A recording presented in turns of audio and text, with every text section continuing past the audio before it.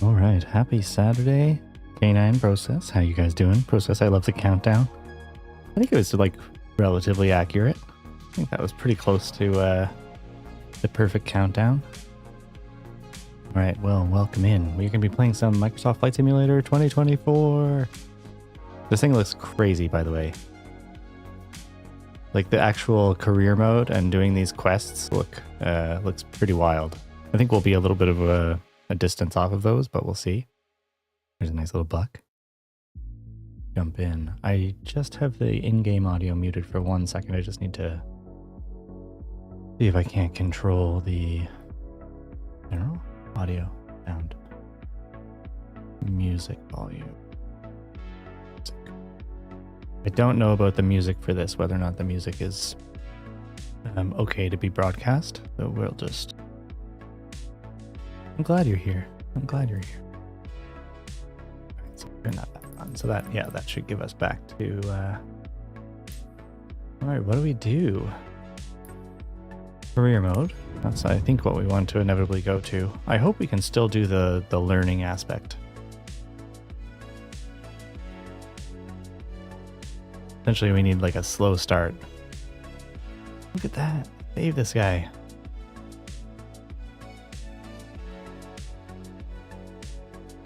Yeah, you can fly out to oil rigs. I guess these are like impeccably detailed as well, which is pretty crazy.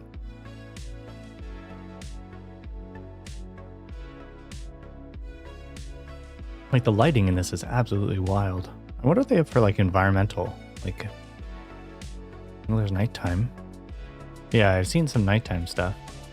Nighttime stuff doesn't really translate very well to stream though, so that's crop dusting.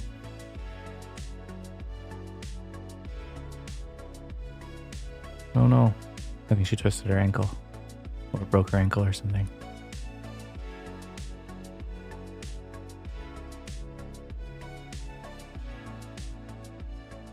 Yeah, K9, are you gonna be the co-pilot? Oh, that's crazy.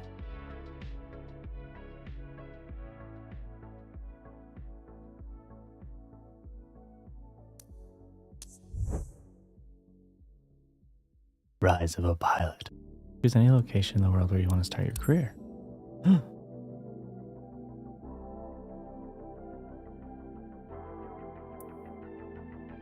Oh my god, where should we start? Where do you guys want to start? Remote flight instructor. I like it. Hopefully the okay, so does anyone know about this? Like if we go in to do the... Like essentially if I... Oh, how north can we go? Any airports? So we got Newfoundland. Not seeing anything up in the territories. Not easily accessible anyway. Maybe they're part of the DLCs or something. Yeah, nothing up there. Alaska. Wasilla. I don't know where Wasilla is. Look at this. This is wild. We should just do a stream of just looking at Google Earth. Pretty wild. Do not fly in Newfoundland. Why? Why not? Uncanny logins danger zone. What's wrong with Newfoundland? Now you make me want to. Newfoundland's beautiful. We could fly over Grossmorn. Grossmorn's up here somewhere, right? Where's Grossmorn? Yeah, Newfoundland's incredible. I would love to go and go hiking one day. Gander. There's Gander Bay. Down there in Gander.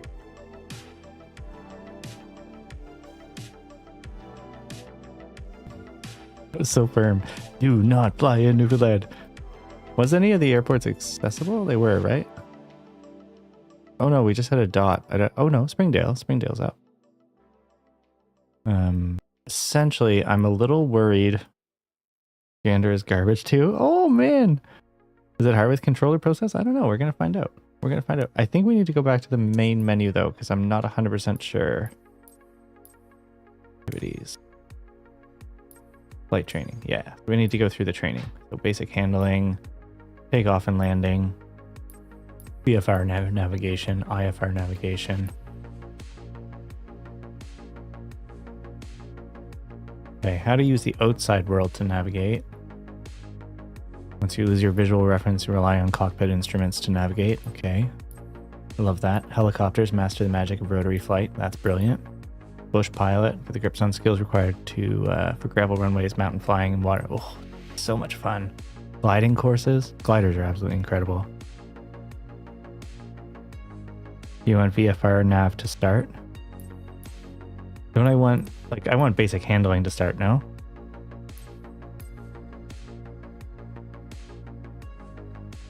Yeah, chopper's gonna be super fun. K9, I want basic handling, no? Shouldn't I go through in order? Take off. Basic handling is gonna be just making sure the controller works. You have to do each of these?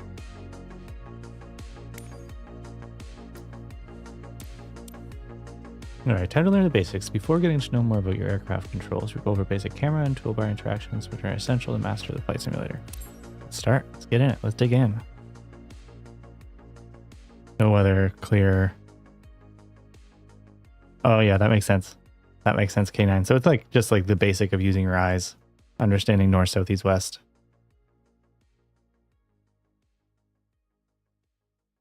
This is so exciting.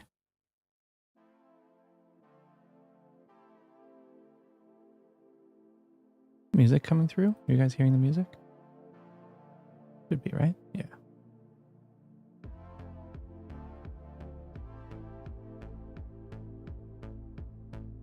Oh yeah. Okay, go by VFR flight rules and then move into IFR. Gotcha. I got you, man. I've heard the load times are long, but we'll see. We'll see how this actually is. I'm gonna pick you up. I'll be right there. I'll be right down. We'll get to some planes that we can fly that distance. You're not that far. Down yonder. I've also heard it is a little bit... Okay, so I can use... Welcome to Sedona. I need to turn my controller sensitivity down a tiny little bit. Okay, so we got that. For this lesson, we're going to start on the ground and focus on some basic concepts. No current control. Oh. Fundamentals every pilot needs to know before hitting I need to turn my controller on. This is your plane, a classic, the Cessna full range. 172. Oh, that's beautiful. Take a look around it. Good range of motion. Simulator, anytime you want, you can easily switch to cursor mode.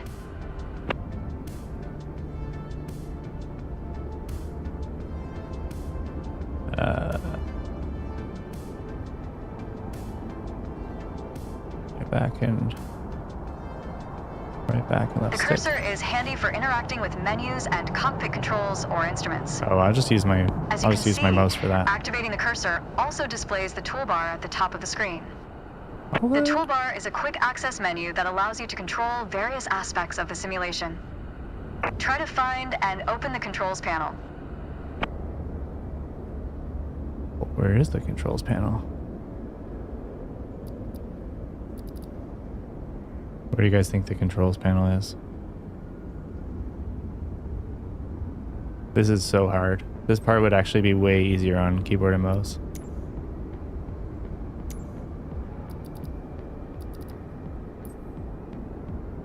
Open the controls panel in the toolbar. Am I missing something? Where's the control panel? British challenge will be Aspen Airport. Really? Okay. I think I'll just honestly, it's so easy for me to just grab my mouse. I think I'll be doing this more.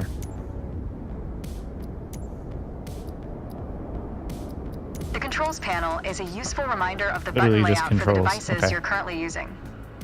Now try to find and open the camera panel in the toolbar.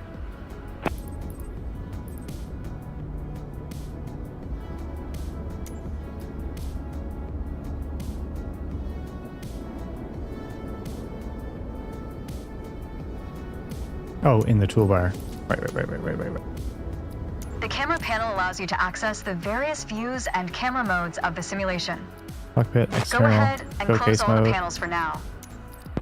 In front of you is the yoke, the primary means of controlling the aircraft. In the simulation, you will be controlling the aircraft with your peripherals of choice. Right now, we are in the external view mode. Yes. So, let's hide the yoke for now. Let's switch to cockpit view next. Okay. What is a shortcut for In cockpit front of view? you is the yoke, the primary means of controlling the aircraft. Hmm. In the simulation, you will be controlling the aircraft with your peripherals of choice. Alright, as we've seen, when you want to look around you, it's easy to rotate the camera. So, let's hide the yoke for now. I did But that. you can also move it freely in the cockpit to get a better view of anything I don't play, you I want to just see. fly. Even through a window to look Did it have aim outside. assist? No, it did not. Definitely did not have aim assist. Oh shit, what did I just ask? What did it want me to do? I missed that. I was talking to you. Oh no. Go outside? Hey Billy. Hold left button and move the camera around using. Ooh. Beautiful. Now, reset the camera to its original position. Alright, that covers all Cool. the main camera functions available in the simulation. K9, does this cover gas? Try to familiarize yourself for with now them a it bit does. more, We haven't started the then engine, reset the so camera to its it original might. position whenever you're done. Great. Cool. We did it. Let's go, team.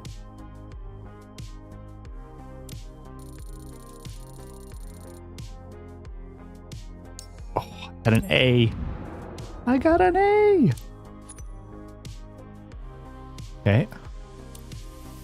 One of your first lessons, start by getting familiar with the main aircraft controls and instruments. Tutorial, we learn yoke, craft's ailerons and elevator axes, rudder pedals, which you control the aircraft's yaw axis, and throttle and RPM indicators. Cool. I like this. GG's. Thanks, Process.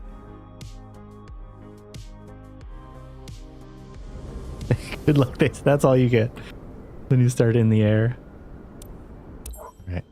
Let's get you familiar with the aircraft, a Cessna 172, and a few commands to navigate it through the skies. In front of you is the yoke. The yoke is like a steering wheel, more or less. I love the joint. Like it's Turn actually. it left or right to control the ailerons and bank the aircraft into turns. Look at the trailing edge of the wings while turning the yoke to see the effect on the ailerons. Okay. Now, the difference between the yoke and a steering wheel is you can pull or push on the yoke. This controls the elevator at the back of the aircraft to make it climb or descend. Look at the horizontal stabilizer while you pull on the yoke. You can see how it affects the elevator. Look at that. Nice. Like Copilot, by the way. Down at your feet are I the didn't rudder introduce pedals. her, but They steer the aircraft when you're on the ground. The upper part of the pedals also control your brakes. In the air, they control the rudder at the end of the vertical stabilizer to yaw the aircraft. This is mostly for small corrections. For like coordinating wind, turns right? or compensating for a plane's tendency to pull left during takeoffs and climbs. We fidget, so Look that at the might be a vertical problem. tail while operating the pedals to see the effect on the rudder. Cooney with the 5. Thank you so much, Cooney, you sweetheart. Throw some love in chat for Cooney and K9. You guys are gonna make me fail. I'm being tested right now. Great. Look at that. Last but not me know when least, flying the over your house. throttle I is will. located near the I center will. of the cockpit. Pushing forward will increase power. Pulling back will decrease power. Ooh. First, look at the throttle and select it. Keep it selected and push it forward to increase power. I did. 100%. Power is increased. Oh, yeah. Now pull it back to decrease power. Power is decreased. Now we'll do the same without focusing on it. Deselect the throttle. Okay. Look away from the throttle and increase power. Ah. Set your throttle to idle.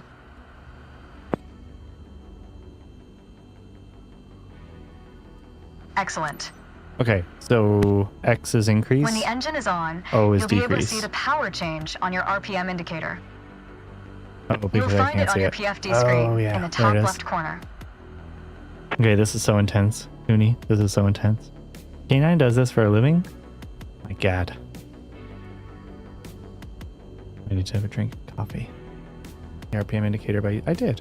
This tells you how fast the engine is spinning in hundreds of revolutions per minute. I think I was slightly too fast for Next, the... take a look at your current speed on the airspeed indicator. It's on the left on your PFD screen. Yeah. Oh, no, I didn't see It it. measures the speed in knots. To check your altitude, look to the altimeter. It's on the You right didn't on your take off, you PFD get further screen. than I did. Well, fingers crossed. Altimeter? Okay, so this Not is how all high we aircraft are. have integrated screens with all this information. We are A lot of them 29.92 rely on inches from the analog ground right now. instruments. Where's that measured from? I guess the instrument You would can be like find the analog under, versions of the airspeed indicator and the altimeter just above the throttle. just above the throttle. Oh yeah. They're respectively on the left and right. That makes sense. So here and here and here and here. The Oh, that's so analog nice. altimeter has 3 hands similar to a clock. The long, thick pointer indicates 100-foot intervals. The short, thick one is 1,000-foot intervals. And the long, I thin love one that. counts 10,000-foot intervals. That's all for today. Next time, we'll see how it feels in the air. Hey, that's really scary. Thank you. Training complete. Training complete. Lucky, welcome in. How you doing, man? I had my flight voice on. Did I get an A? I got an A again? Look how cool I look. That was actually my character in the thumbnail, by the way, you guys. Legitimate. That was the real character. Takeoff. I'm working on the takeoff part. We'll be there really soon. Go for Mitch. I'm pretty sure he's still taxiing somewhere. Oh my god, we're going to be in the air already?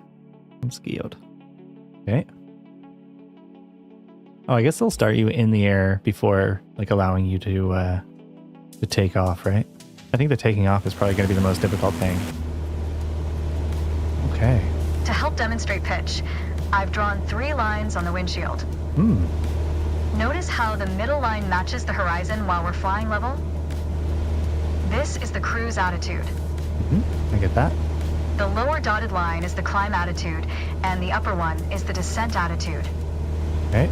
Let's dig deeper into what that means. Pull back gently on the yoke until the climb attitude line matches the horizon. Then maintain that attitude.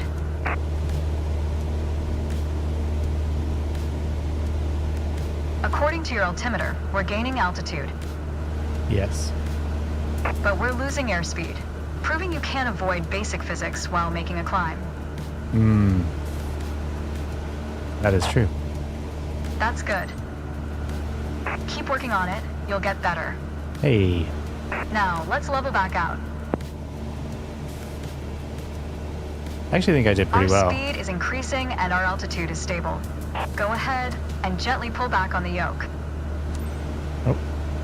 That's good. That's okay. When the climb attitude line matches the horizon, maintain that attitude. Push gently on the yoke until the descent attitude line matches the horizon. Then maintain that attitude. Okay, the maintaining with the controller is actually not the easiest. Go ahead and gently pull back on the yoke. As expected, with a nose-down attitude, our altitude is down. decreasing while our speed is picking up. When the climb attitude line matches the horizon, maintain that attitude. Pitch down to descend? Keep Yes, working ma'am. on it, you'll get better. Want me to go down or up? I missed that part. Okay, bring us back to level flight. Well, yep. Okay. Now your speed is decreasing and your altitude is stable. Go ahead and gently pull back on the yoke. Oh, it's interesting. The Nice. That's good. That's Level up. okay. When the Every time climb she says that's attitude okay, it line stresses matches me the out. horizon, maintain that talk attitude. about attitude. Yeah, exactly. Try to make only small adjustments to your pitch It's a to controller. avoid overcorrection. Miss. Who does she work for? Pilot, co-pilot. Can I pay your salary? How dare she? I respect my co-pilot. I like that my real foot pedals don't do anything though.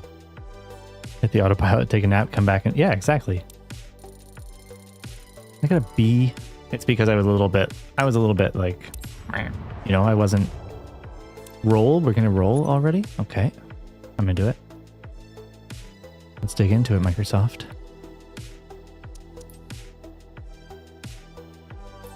Did I go back? Oops. Altitude, pitch, turns, roll. We'll come back for that B.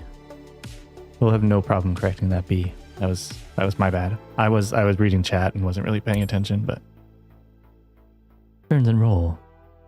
We're actually going to do a full roll? Or is a roll just like a gentle? It's like... Alright. For this lesson, we're going to use a line drawn on the windshield to indicate the cruise attitude. I've also added another dotted line to help you bank properly for left There turns. you have. Gently move the yoke to the left until the dotted line matches up with the horizon. Then maintain that bank. I did. Be proud of me.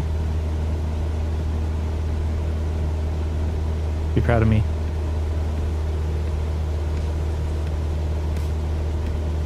Oh, I'm a little bit far. I'm a little bit far. K9, don't look. Keep working on it. You'll get better. Oh. Watch your altitude. It wasn't constant during the turn. Seriously? Now, let's see you level back out. One of these times she's going to be proud of me. All right. Do a barrel roll. For the next step, turning to the right, let's see how you do on your own without any markings. Oh, yeah.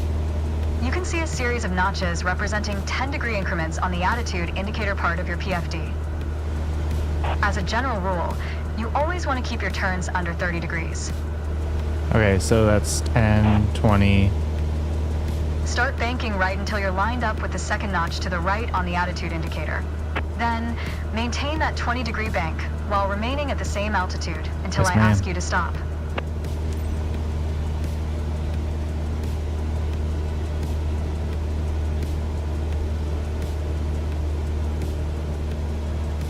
She's going to be so proud of me. Maybe slightly Nice. over. Guys, she said nice. Level us back out now. Yes, ma'am. Oh man, I'm good at this. Keep working. You'll do better. Great. That is a little passive aggressive. You are correct. Small corrections on the yoke will lead to more accurate turns. The worst thing is that she has to fly with me this entire time, so we spend a lot of time together, Cooney.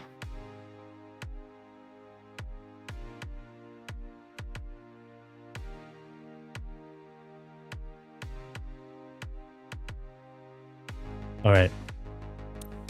We did do a barrel roll. Did I get a B? Man, she's tough. She is really tough. Power settings. Okay. I'm gonna scrap that down. The B's as a controller issue. Cessna 172 Skyhawk. Lucky there might be a little bit of a history. Mitch, I'm doing so well. I got a couple A's and then mostly B's. But a couple A's.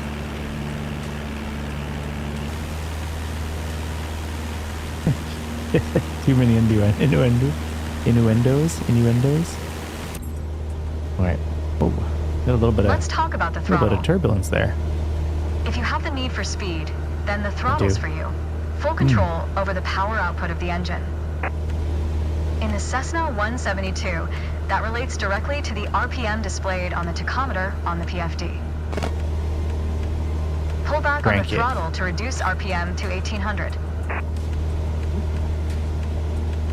We gotta do this without looking. 1800. Shit, where am I looking? 1800. Pull back on the throttle. You want to reduce RPM to 1800. RPM. I thought our RPM was top left. RPM top right? No. Alright, where's RPM again? You guys remember? Pull back on the throttle. You want to reduce RPM to 1800. I'm looking for RPM. I forget where it is. Right side next to the orange screen. Oh. Okay, thank you, sir. Look how your speed and altitude are also decreasing. Yes. I don't want to crash. Excellent. She said excellent, Okay, guys. let's throttle back up to 2,400 RPM. Rank it. It's actually like the gradations via the buttons on the controller are actually pretty satisfying. Your speed is increasing now. Yes, correct. As long as you maintain the same attitude, your altitude will keep climbing as well. Touch screens. I didn't see it. Nice. I didn't see it. It was actually... Wait, she said nice. I don't even know what I did. Excellent. Wait, what was the mission? With piston planes like this Cessna, it's common to have power targets defined in RPM. Yes. Okay, slow down, speed up. Can't make up her mind. I think she's being very patient with me. It took me a really long time to find the RPM there. I only found it thanks to K9. The only person here with actual experience. I got an A in that? Okay, that was not... I did not deserve that. So the hold, like the actual hold ones, are actually quite a bit more difficult on controller. I think the like bar for success is quite... Oh, trim management. I remember controller trim on remote control cars. About to ask me for more alimony? Oh no. Ready to fly. Where are we? Does anyone know where we are? K9, where is this? Can you find our location?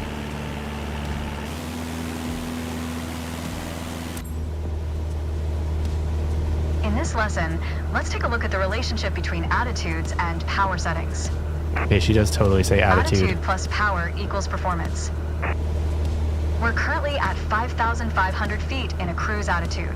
Yes. The aircraft's nose is positioned under the horizon, and cruise power is at 2,300 RPM. Alright, 2,300, yes. Confirmed. Try to reduce power to 2,000 RPM while maintaining 5,500 feet.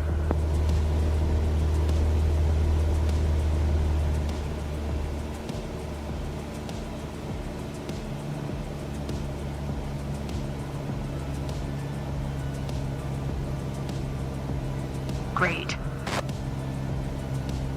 You probably noticed, to maintain altitude, you need to pitch the nose up. I did, yeah. I did. You could just keep pulling on the yoke to hold steady, but that's not really a precise means of control. Not precise. Probably better to adjust your trim wheel until you don't need to push or pull on the yoke. Drag the trim down when you need to set the nose up. Drag it up to set the nose down. Wait, where's the trim? Try adding trim to keep us at 5,500 feet without increasing throttle. Okay.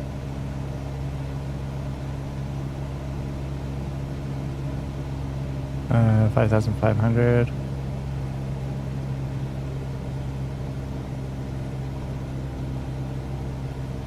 Try it out. Trim the aircraft to maintain 5,500 feet. Maybe go down a little bit. Try it out. Trim the aircraft to maintain 5,500 feet. Right now I am trying it out. Add trim to stop pulling on yoke using right button back and R. Try it out. I'm Trim trying the it. aircraft to maintain 5,500 feet. Oh, sorry. Pulling on yoke using right back button. Oh, I am using the right back button. Try it out. Trim the aircraft to maintain 5,500 feet. Microsoft Marriage Simulator. Add trim to stop pulling on yoke using right button and right stick down. Try it out. Trim the aircraft to maintain 5,500 feet. I don't understand this.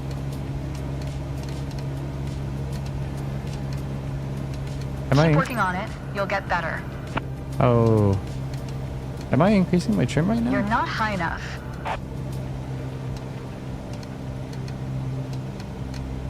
Oh, that's my trim on my left, so I am doing it.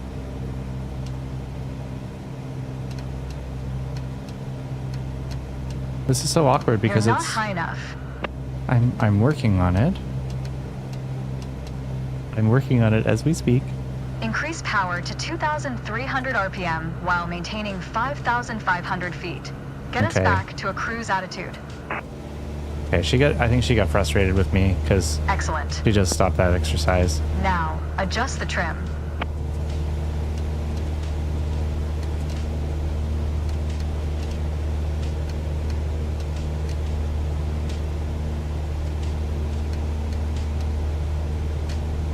Okay, so the trim is a concept. You did well, but you can do better. I can do better. The way I was taught, when you adjust the trim, you make course changes at first to remove pressure on the yoke. Then small adjustments to find the perfect setting to keep your desired attitude. So if you feel your pitch slipping and need to get back to the proper attitude, don't worry. Just pull on the yoke, then dial in the right trim. That's the key to straight and level flight. Yes, correct. So where was K9? Is there the trim is used to assist you so you don't have to? Yeah, totally. Yoke every time, otherwise you'd be arm work. Totally. So K9, is there anywhere that the trim is like shown? Like, is there a trim adjustment, like a plus minus shown anywhere? Or is it just like a theoretical? I'm going to get a C for this one. Oh, a B. I don't deserve that. I was like B halfway to A. All right, maneuver test. Let's do this. I'm ready for this. We haven't used the rudders yet.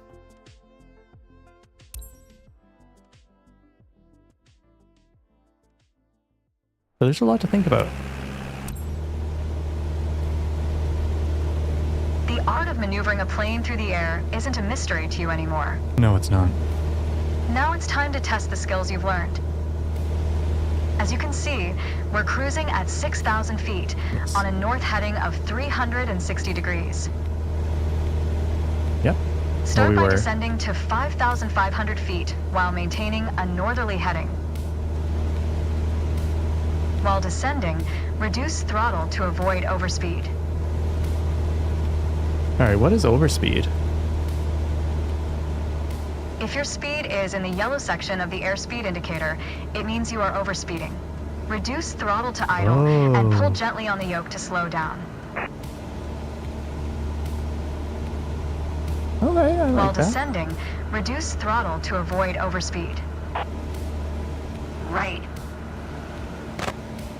Thing goes too fast. Yeah. Now, climb to 6,000 feet and turn to a south heading. On the Cessna 172, you need full power to climb effectively. Oh, I'll crank her up.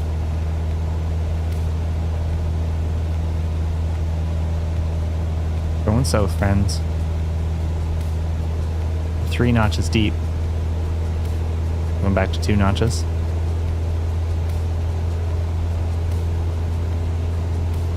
I think I'm full power.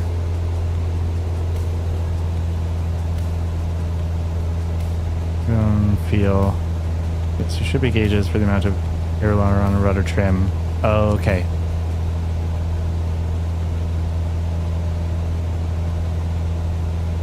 Slow down my south correction here. Almost there. 6,000. Tiny bit too steep on her. Put my airspeed down a little bit. That's good. The turn is good, but try to climb faster in the future. Okay. I was trying to be gentle with it. All right. Next exercise. Power and altitude of your friends. Maintain your heading of 180 That is the mantra? degrees. Okay. Stay at 6,000 feet and adjust your airspeed to 80 knots.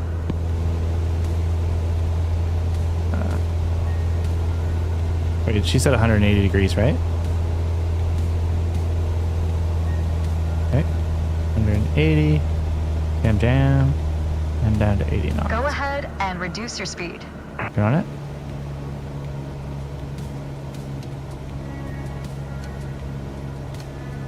Bring up our trim a little bit. Go ahead and reduce your speed. I thought.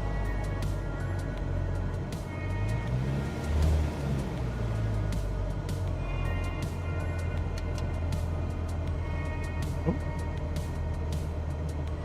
Did we stall? No.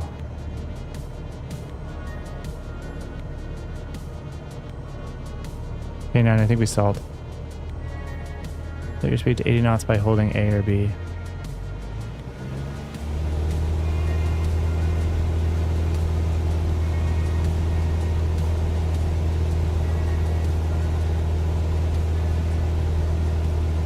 Uh,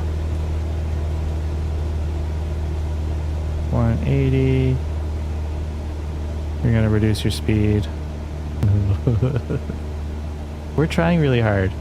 You guys are seeing our worst moment right now.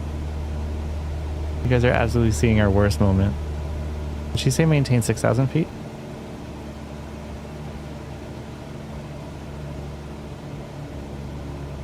Okay, I'm gonna do it gentle. Okay. She just needs to give me time, you know?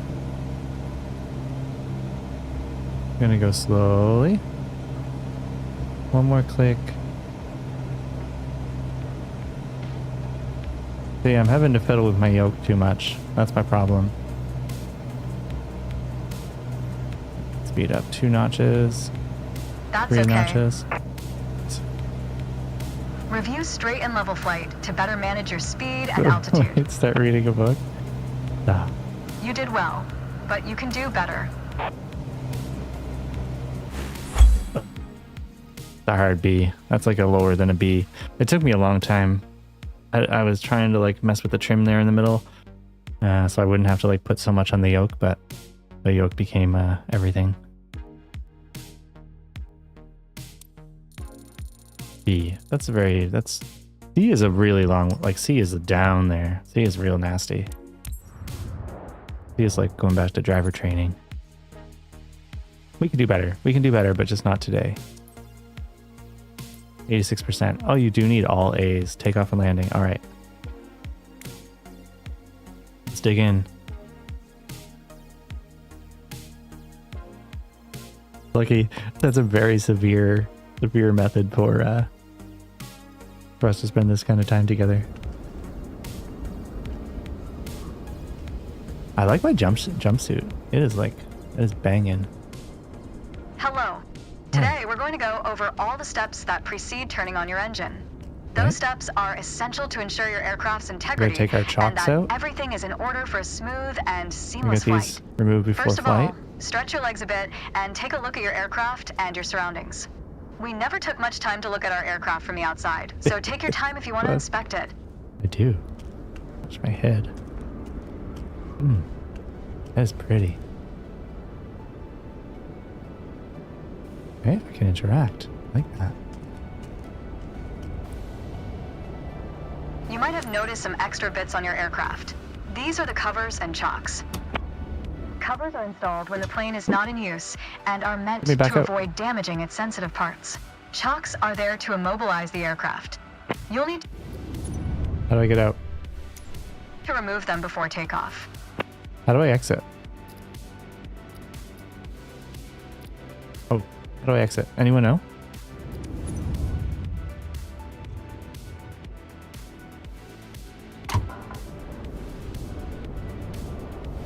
Oh, it's really a door handle. The answer is the door handle. Alright, so we need to take our chocks out. Is that what you just said?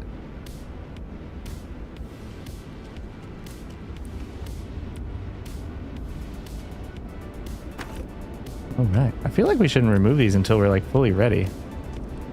This one's definitely a remove before flight, because it says it right on it. Engine covers, these are nice. Oh, I don't have to do both sides. Why was only one side chalked? Remove the static port cover. Conditions new. Oh yeah, is there like, there's in the career mode, there's like an actual like maintenance level to things. There it is. Static port cover. And we're done for the outside. Now that we're sure your aircraft is functional and ready to taxi, let's check the inside. The beauty. That's an actual, really pretty, really. I'm gonna just take a little screenshot here. Use that for later. Trucks away. Okay. It is a pretty small plane if that happens. You'll have to forgive me. Let's get to the matter at hand. You've been given an EFB, also referred to as an electronic flight bag. It's a tablet that stores critical flight information and is the ideal tool to prepare your flight plans and enhance your piloting experience. Open it and take a look. Feel free to follow a quick guided tour of its features. Open my EFB with left button and... Ooh, that's an awkward thing to press. The EFB features an interactive map, a flight plan editor, aircraft and current flight information, a nav log, as well as fuel and payload options. Cool. The EFB has plenty to offer, but if you want to get directly into the action, you can turn it off after you finish the quick tour. Okay. Pilot book. Settings. Here you can manage your preferences, parameters like EFB. Here you access and manage all of your EFB applications. Whoa, cool. All right, I like this.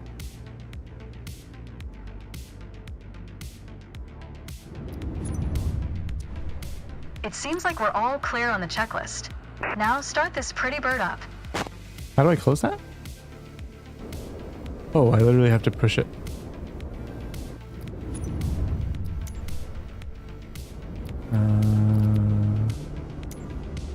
I want to be inside. Fuck that. All right. Start the engine. Right button and down. Now that we've covered all the preparations, let's get to the good stuff, shall we? What kind of guns you putting on yours? Exactly. I flew one in, well, I didn't fly it. I flew one as in I was in a Cessna over Halifax. That was really beautiful. It was really very nice. We got an A. Guys, we got an A. I forget how to bring up my EFB though. It was right back button and something else. All right, holding lanes. So hold at those taxiway locations. A1, runway holding. Follow yellow line.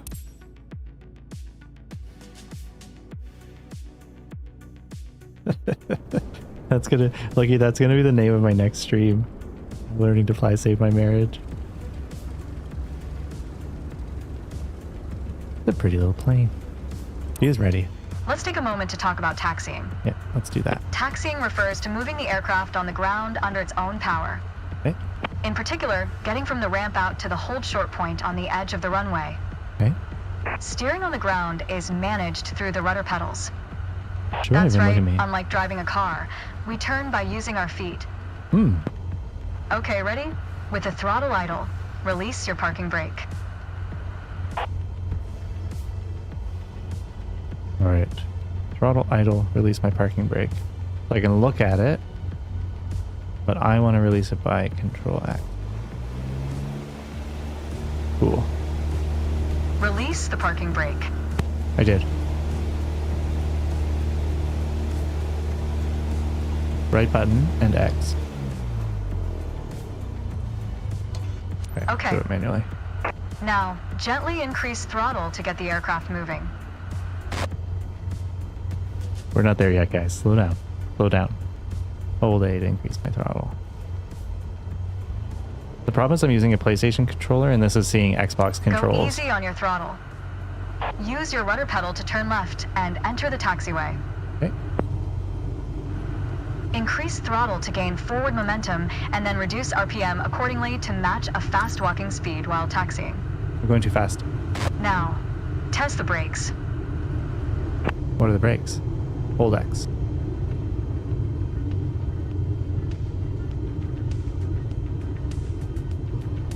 What is X on this? What is X on a Xbox controller? Good. Brakes checked. Square on PlayStation. Okay.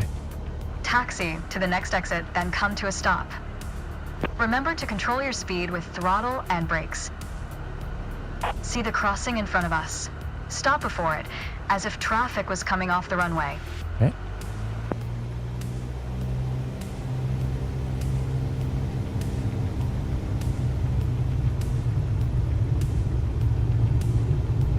Watch your speed.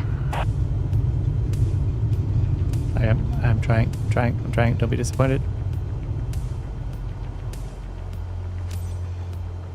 All right, taxi to holding point Alpha 1 next. It's at the far end of the airport, near the head of runway 21. Stay as close as possible to the taxiway center, marked by the yellow line. And This will watch be a your little bit speed. easier. You guys want an external view or internal view? X is X on an Xbox controller. No way. Cooney, shut up.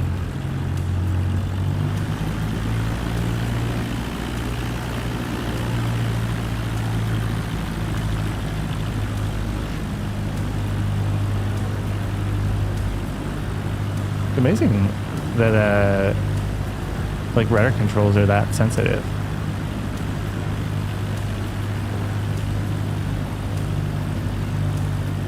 She's so Watch your fast. speed. I'm bringing her down. I just as you were saying that, I was thinking it. We're so in sync. Watch your speed. Okay. Now you're just being cruel. Watch your speed. After the right turn, come to a stop before the hold short point, in prep for takeoff. Watch your speed. Taking the apex. Taking the apex of the turn. Oh shit. Shit. That was good taxiing. No, it wasn't. The next challenge will be to keep the aircraft under control while at full throttle for takeoff. We'll send. Send it.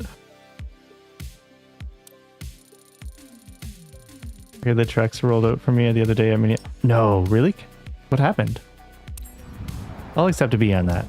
I'll accept a B. I think that was like a good middle ground. We're taking off. This is so good. You guys ready? I'm ready.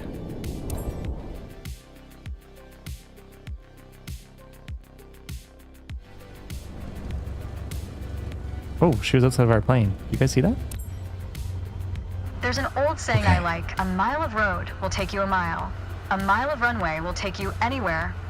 That is Taking off so isn't hard, romantic. but there are a few key points to remember. First, we always take You off guys into the hear wind, that? which won't be an issue on a The whole calm time day we thought like she was today. mad at us. Second, before we enter a runway, we always make sure it's clear. Less Check like to the clear? right to see if a vehicle is on the runway. And to the left to make sure no other planes are approaching. Runway numbers are not arbitrary. Each number matches the first two number of the runway's compass bearing, rounded to the nearest 10 degrees. Oh god. For example, a runway orientated towards the north would be numbered 36, which is 360 degrees on a compass. Everything looks good, no cross traffic. Go ahead and taxi into position. Okay. Now slowly taxi onto the runway and align the plane with the center line. Then stop your plane just after the number 21.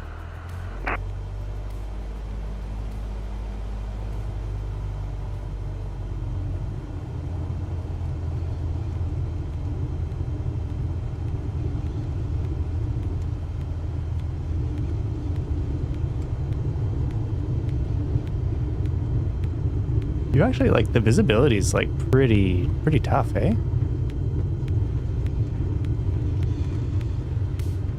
Okay, not quite on center, but Not bad. not good though. All right, let's do this. Apply full power, and I'll walk you through the takeoff as we go. Okay. Like as we go into my eyes.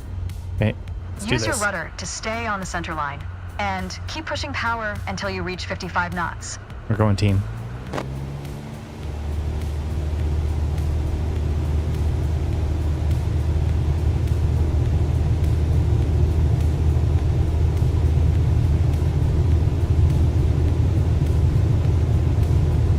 Full power, baby.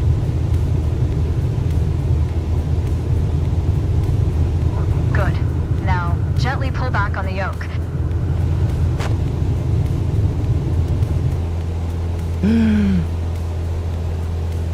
And we're airborne. Oh my god. Line up the top of your instrument panel so it's a couple of inches above the horizon. Okay, That'll pitch us up and set a good climb attitude. totally. Maintain 75 knots, and we'll reach our target altitude of 5,500 feet in no time. Nice. Focus on flying straight. Use your rudders to remove the left yaw plane as when climbing. You can see your current yaw input by looking at the MFD's slip skid indicator. Maintain 75 knots. We're not at 75 yacht. Not.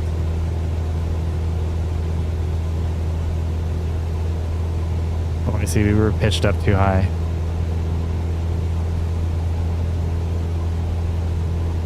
Okay, I think we're just trying to climb too aggressively. So we go down, bring up our speed, 75. Okay, 5,500 feet. You've reached your target altitude. Yes. Good job. Bring the power down a little bit. Guys, we did it. Oh man. We're in the skies. We're in the skies. Can you believe it? B. I'll take a B on that. It took me a little bit to realize. So the initial takeoff, I want my instrument panel to be quite high, but then I want it to be like not super high after that. Line up the nose of the plane with the end of the runway. Okay.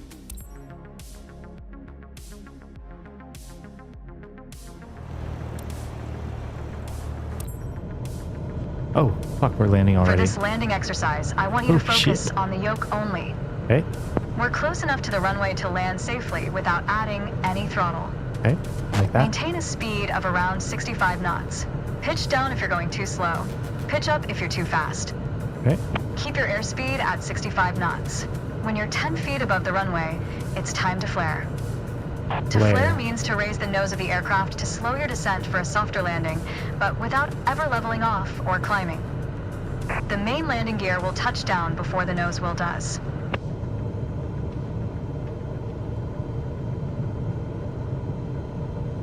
Okay. All right. We're going in. I got control over it. I'm a little bit to the left there. I'm gonna bring it back. Throttle. Easy. Going a tiny bit fast.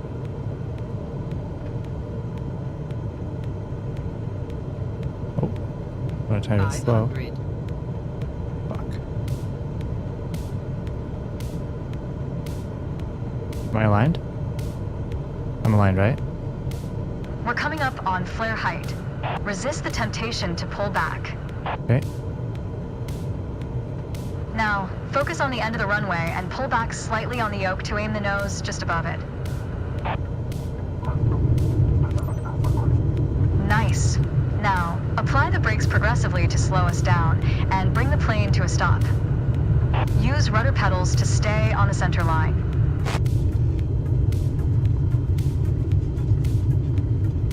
All right. It creaks a little bit, but that's okay. Why are we stopping on the runway? We want to get off the runway. What if someone else needs to land? Well done. But there's room for improvement. There was. Keep in mind that approaching the runway at the right speed is key to a good landing. Right. All right, 65 knots? Lucky, I think you don't like her. I'm getting the sense that you don't like my co-pilot. Who's that guy? Can you not see we're shooting here? Okay. Supposed to needs peace, yeah. It's not like we can put up a curtain between us. That's true. Throttle management.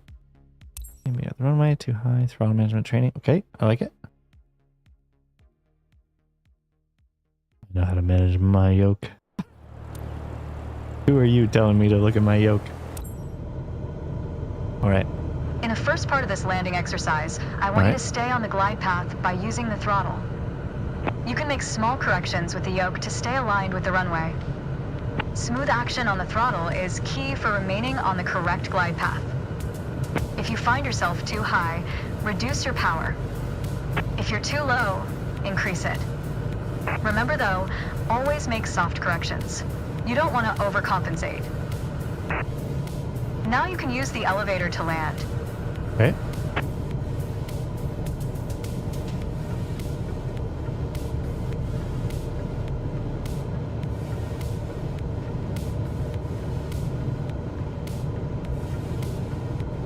I think I'm doing well, right? Can you tell me something? Tell me I'm doing well?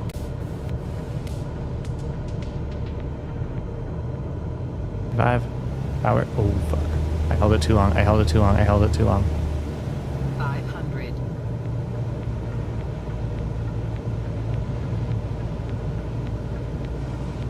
We might be in trouble here, folks. We might be in trouble here.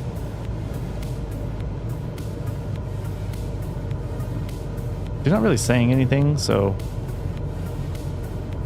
Reduce throttle to idle.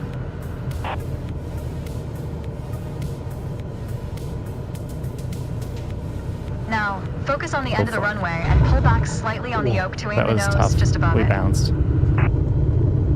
We bounced. Nice. Now, apply the brakes to slow us down We went and a bring the little bit plane to a hard. stop. Went a little bit hard there, friends. We're using the full runway on this one. Look, they're creaking. Okay.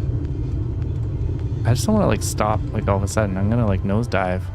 You did well, but No, I you can didn't. do better. Full send.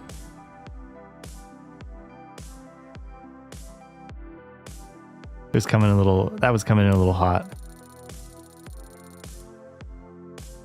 Oh, I almost hit. I was so close to A. I came in so aggressively there. I feel like coming to chiropractor. It does. It does. Free massage and chiropractor. Right, K9? That's accurate, right? You get free massages?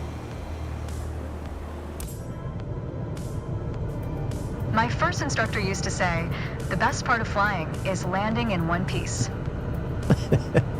Today, you're in charge of bringing us in for a safe landing. That was her granddaddy. And I've already set us up in landing configuration at 65 knots with 20 degrees of flaps. Yes. Keep your aim point on the runway threshold. When you're 10 feet above the runway, it's time to flare.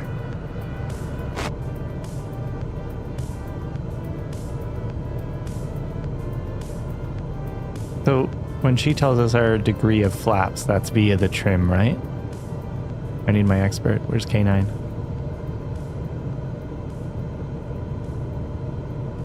Maintain 65 knots. Nose is a little bit low there. Bring it up. Bring it on up. Too much speed. Too much speed there, Joey. Bring it. I haven't named my avatar yet. I think we need to name our avatar. I don't know what we're going to name him. Not Joey, but I don't know if it's appropriate. Need to do a poll. Okay. My god, it's beautiful here. These mountains are gorgeous. There's like a three knot buffer when it comes to our speed on approach. Things gonna happy. Pick up a cool call sign. Well, you're gonna have to. We gotta figure it out. What is our call sign? I'm not aligned. It feels like I feel like I'm just like a couple degrees off. Okay. What about BR? I think we should get into BR for this. Are we not like? Oh, yep. Bring up our speed a bit. 500. Yeah. We need more speed.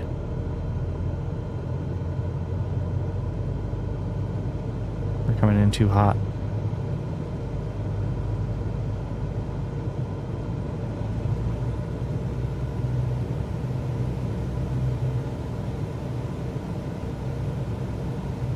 There. Reduce throttle to idle. Now, focus on the end of the runway and pull back slightly on the yoke to aim the nose just above it. Nice. Now, apply the brakes progressively to slow us down and bring the plane to a stop. Use rudder pedals to stay on the center line.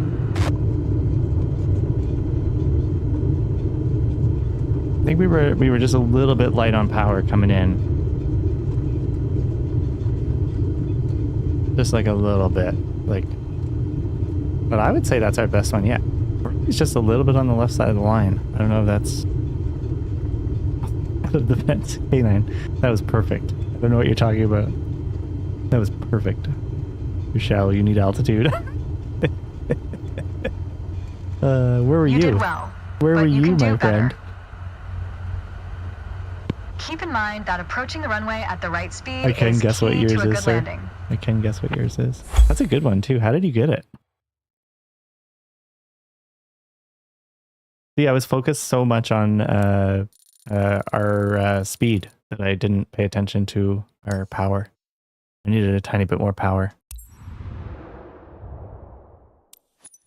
We're really good at bees, though. I don't know if you guys have noticed. I understand why we're doing so much landing, but I would like to do like a little bit more taking off. Downwind training. Okay, I like it.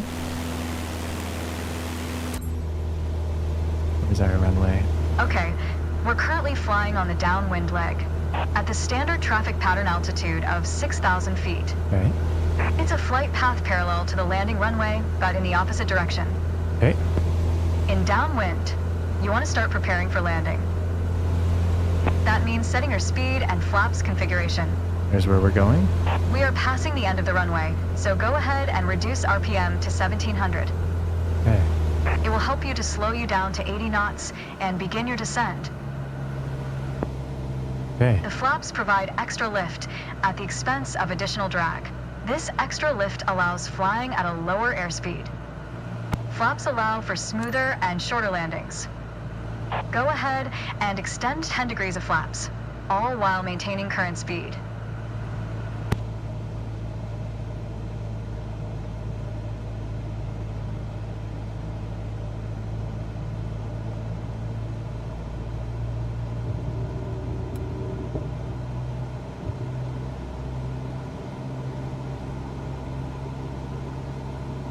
You need to stay in the pattern for the sake of this exercise.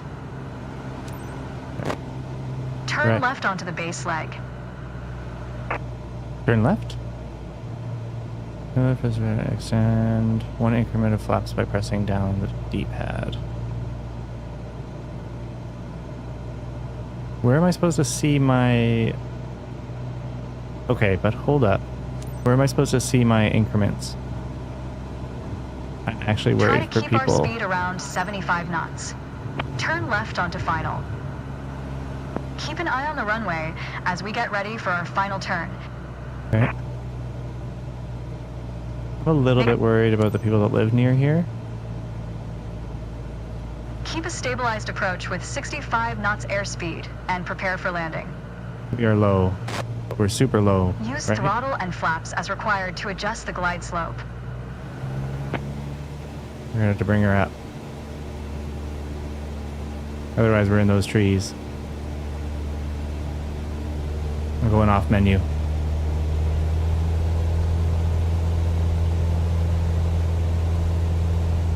Oh god. K9, don't watch. You need to stay in the pattern for the sake of this exercise. They didn't let me crash. Keep a stabilized approach with 65 knots airspeed and prepare for landing. Oh, it says 10 degrees flaps down there. Use throttle and flaps as required to adjust the glide slope. Cool. Okay, I see the flaps now. 500.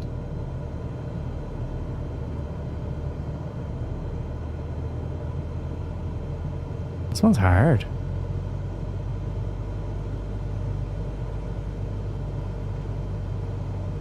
This one's hard.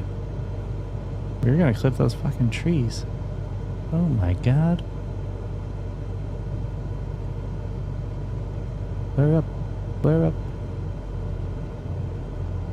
Oh. Yeah. Bad. Bad. That's bad. I feel bad. Apply the brakes and stop the plane.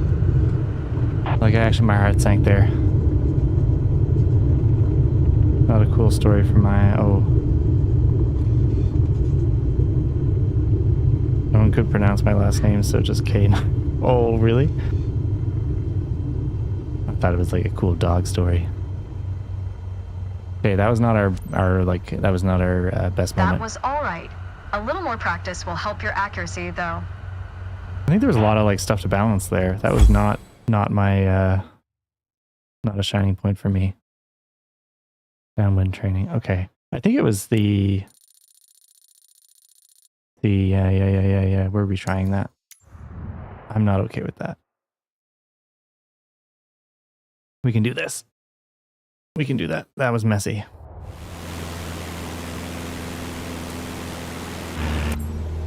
Okay, but now I see flaps. So now I actually know how to adjust our flaps. We're currently flying on the downwind leg at the standard traffic pattern altitude of 6,000 feet.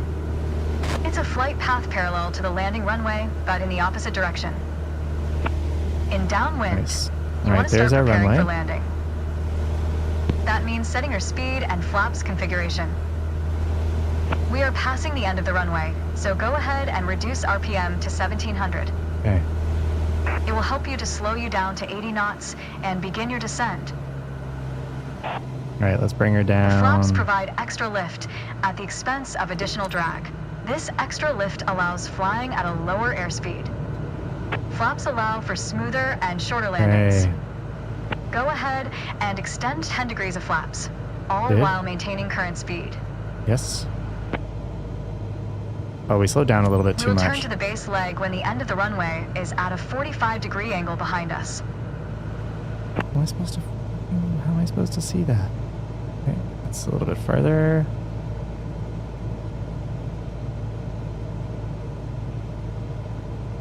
End of the downwind leg. Turn left onto the base leg.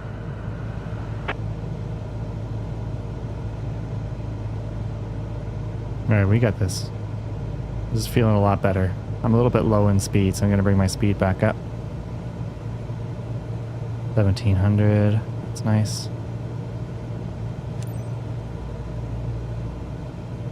End of base leg coming up. Try to keep our speed around 75 knots. Keep an eye on the runway as we get ready for our final turn. Lost the runway, unfortunately. Turn left onto final. I think it's up on that hill there. Yeah. We're not very lined up though, unfortunately. Keep a stabilized Oh, no, we are. approach with 65 knots airspeed and prepare for landing. I think visually, Use throttle and flaps as required to adjust the glide slope.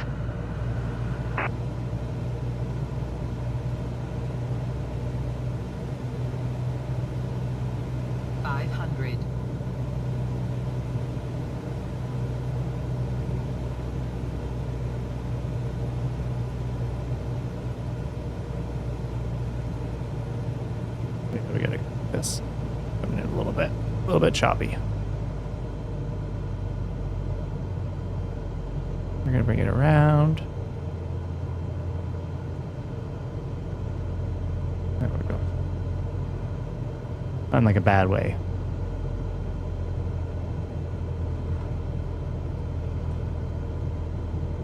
Oh shit. Stall. Yep. Stall. I'm really bad at the stalls. Oh god.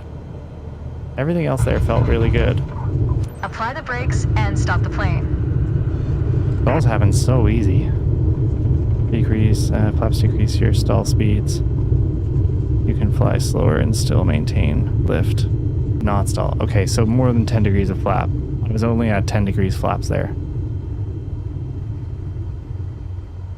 So I should be going above 10. That was a perfect traffic pattern execution. Well done. Perfect. She said perfect. With the exception of the landing portion, I would say that the approach flap setting, and maintaining airspeed felt quite good. All right, despite our stalls, like stalls are bad, right? Like we shouldn't be stalling. Like it's not like a good process. When I think of stall, especially when you're in the air, it seems like one of those things that you don't want to like mix in, right? It doesn't feel like it should be a good thing. Oh, look at this. All right, so take off. Go through crosswind, downwind. I love this. This feels good. All right, we're going.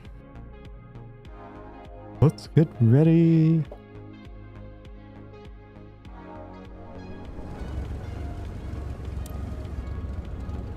What a pretty little Cessna. What are those things floating in the sky? Did you guys see that? It's time. There's something Your first just solo crashed flight. over there. I'll be watching from the ground, in radio contact if you need me, but something tells me you won't.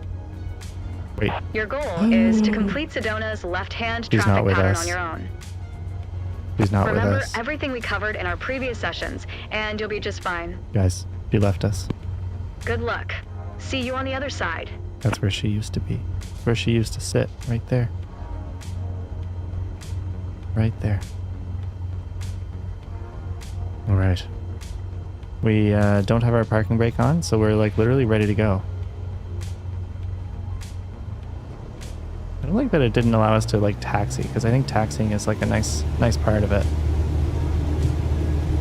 We're gonna go down the right side of the line this time.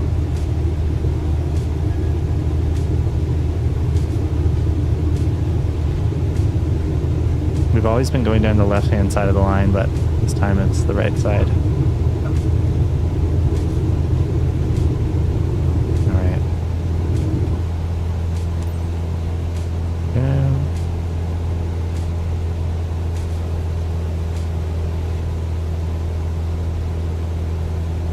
Don't sink, don't sink. Not sinking.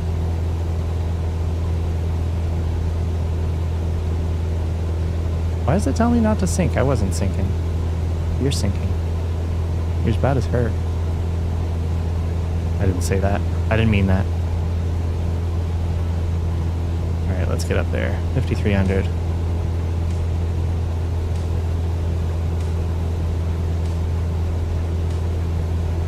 Climb, climb, climb. We're at full power.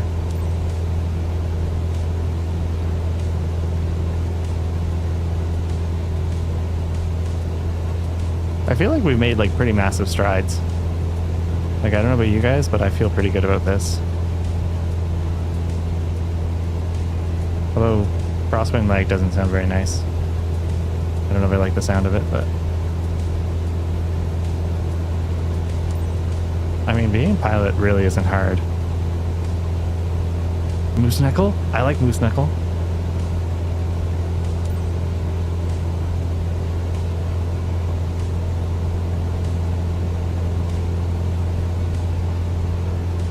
Where's our hitting? 90 right now. Okay. Nice. Bring it around nice and gentle. Correct our path. It is a lot of work on a controller to continue to work the sticks. Alright, we'll bring our airspeed down a tiny little bit. We're getting a little into the yellow-red there. A little bit of throttle control there.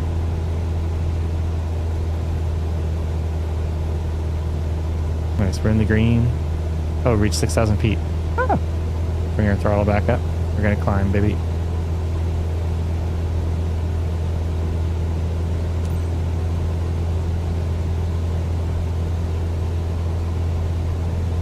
Climb, baby, climb, baby.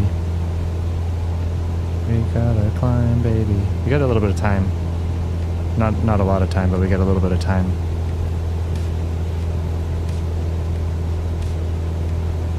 Cessna's climb slow. It'll work for a bit. Thank you so much, K9. Appreciate your help. As always, I appreciate your help.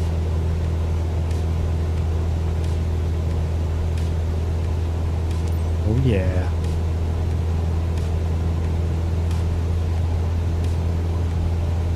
Maintain 80 knots.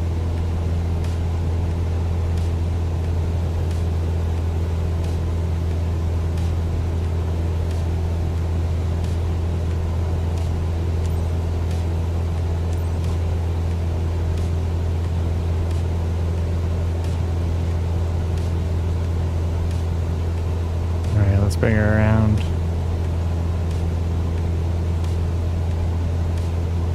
Beauty. Where's our leg? Pretty tight actually. I'm gonna have to go 3 on this because we're traveling a lot faster. We don't want to bank more than 3 because she told us not to. Maybe we hear her in our head even though she's not with us. Maintain 75 knots. I'm going a little bit hot right now. I'm gonna bring our airspeed down.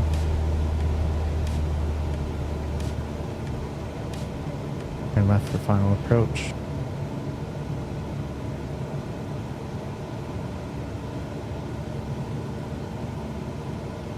I want to line it up. Don't rush me. Bring our airspeed down to 1700-ish. We are traveling quite fast. And we are quite high still. 500.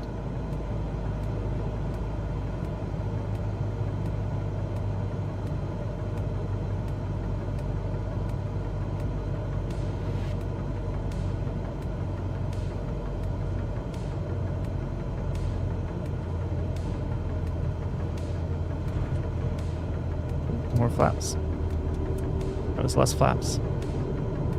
Oh, we're a little bit rough. We're a little bit rough, folks. Oh, there we got control of it.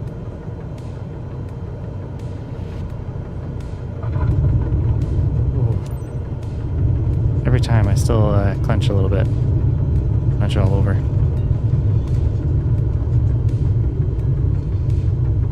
Apply those brakes, get that creaking going. We didn't stall either.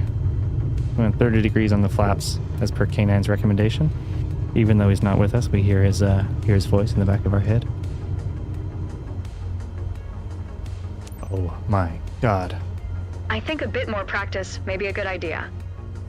You're on your way to becoming one hell of a pilot. I hate her. I hate her so much.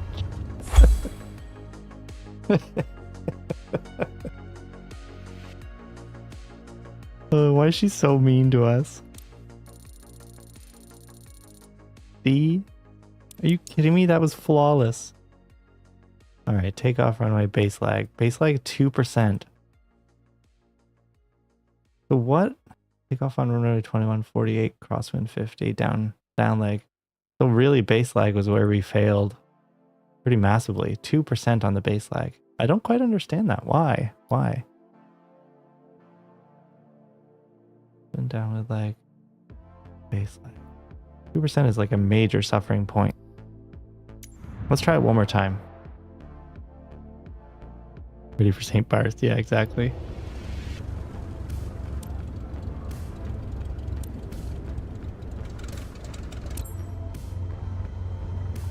It's time.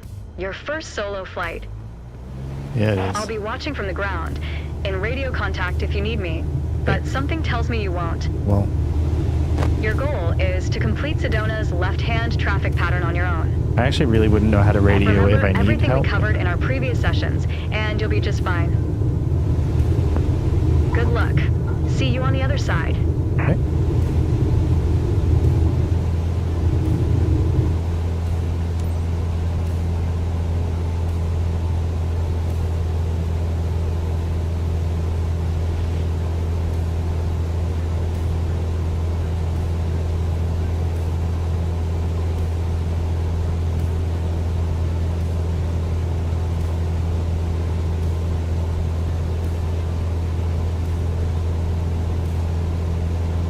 We got this. We got this. You gotta pay attention to the instruments.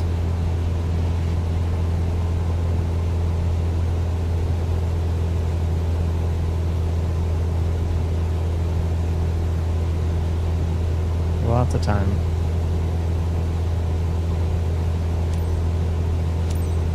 Yes. Yes.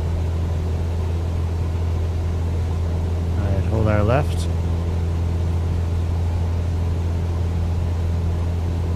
A little bit aggressive there, but okay. I wish we could increase our FOV slightly. Our FOV just feels just a tiny bit low, but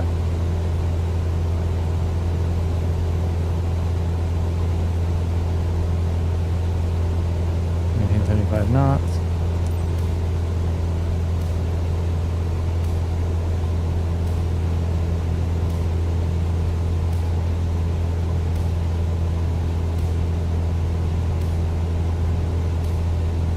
A little aggressive on that.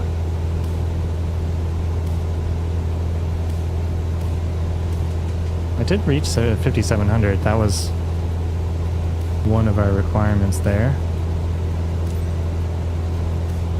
Alright, now we're going back up. We gotta reach 6,000, I believe it was. Yep.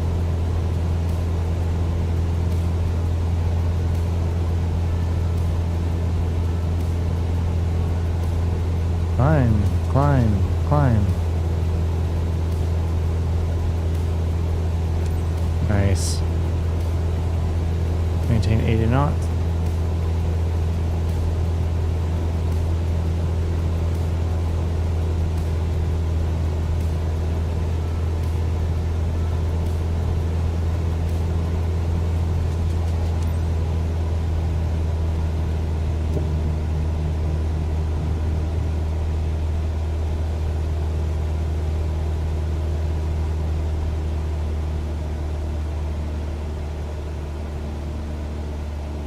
Working on it.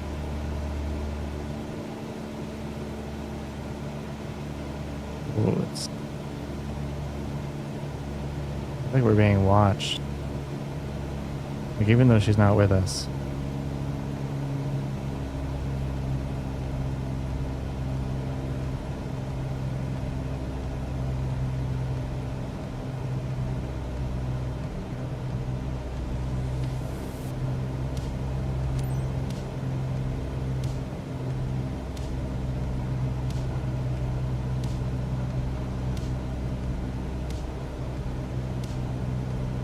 Right, now we're grooving. Now we're in a good spot. Move around. 6,080.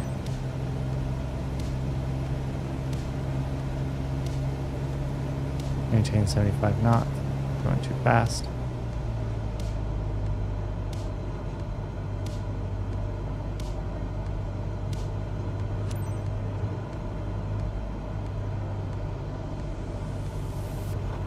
So that was the lag that we pretty much failed on last time. So I think we're going in too hot for it. We got to slow down before we get there. That's our main kind of issue.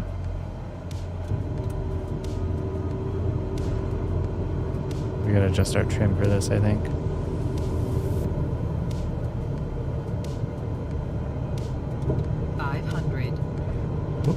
Whoop, whoop, whoop, whoop, whoop, whoop. Sorry, folks. Excuse the nausea.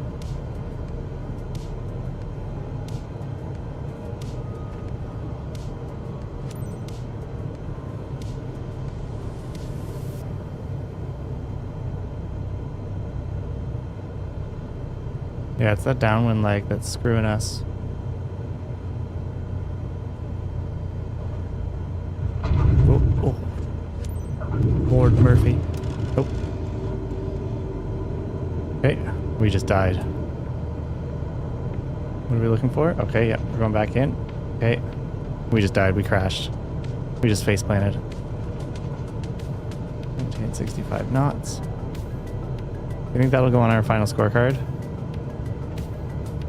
It might.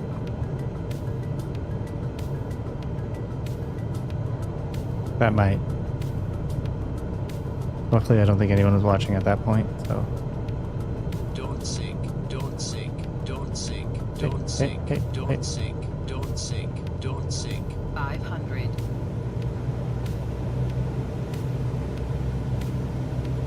So we just needed more airspeed, I think.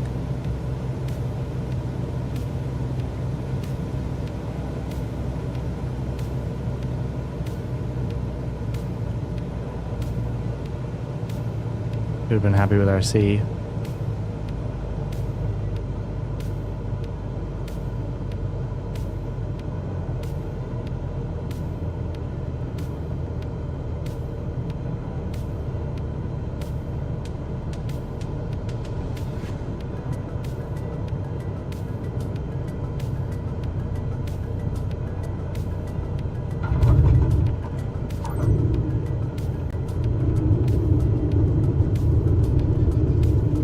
Ease on the brakes. Hopefully we don't run out of runway here.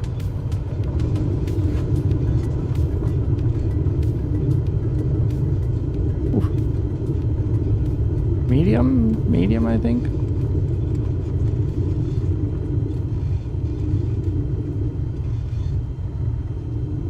All right, pull on the brakes.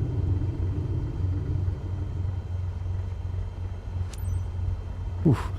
I think a bit more practice may be a good idea. Me too, but You're on your way to Are you becoming referring one to the hell of a crash? pilot.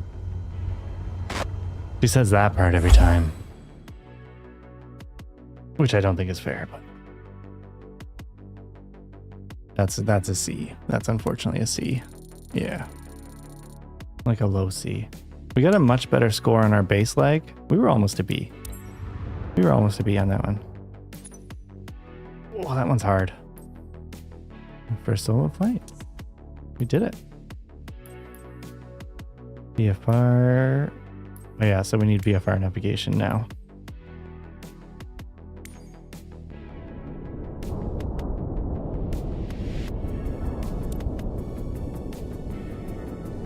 Time to learn more about navigating the skies. Visual reference is key to VFR flight. We'll be using Sedona Airport's runway as our first reference. Remember, a good departure is key. Remember, a good departure is key to a good navigation. Okay, I like that.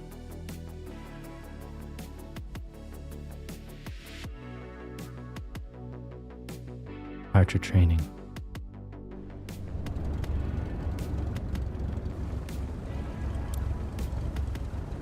She's back with us. Today we are going to leave our familiar airport of Sedona and venture south to reach Flagstaff Airport. To guide us, we will rely on the navlog. Okay. It references the different legs to complete to reach our final destination. Mm-hmm. Oh, Our I have it first in my goal hand. is to fly over the runway center at 6,500 feet with a heading of 42 degrees. Okay. By doing so, we will be perfectly set up to engage with the first leg of the navlog.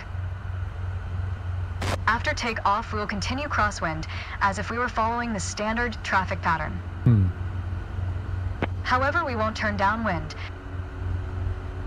Instead, we will continue climbing to 6,500 feet before turning on course toward the runway center. Okay.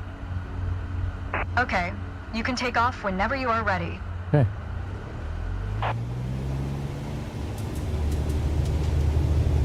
Well, the music was perfectly queued up with that.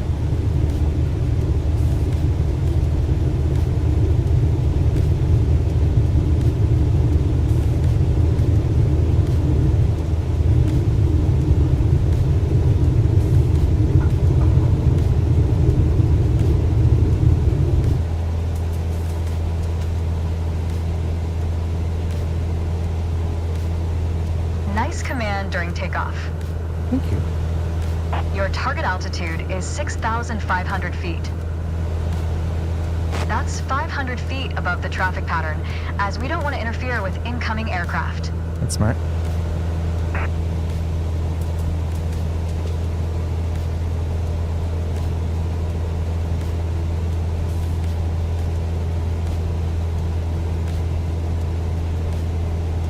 Maintain 75 knots.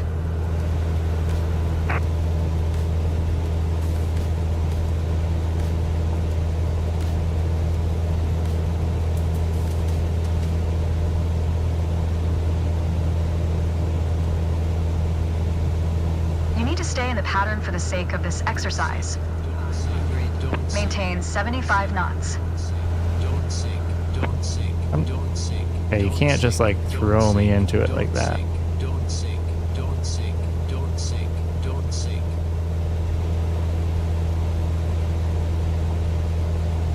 Yeah, I have to, Maintain 75 knots. You need to stay in the pattern for have the to sake bank of this really- exercise. okay. 75 knots. And bank. Don't sink, don't sink. I'm not don't sinking. Sink, don't sink. Billy.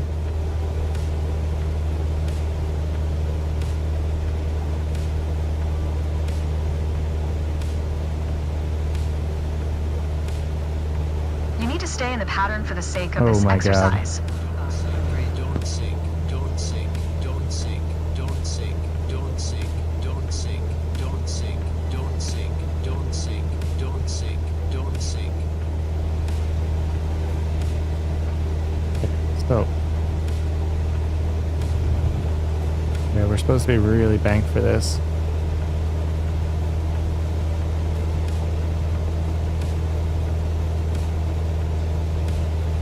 You need to stay in the No, pattern for the I sake don't of get this it. exercise. I don't get it. Don't sing. Okay. So climb.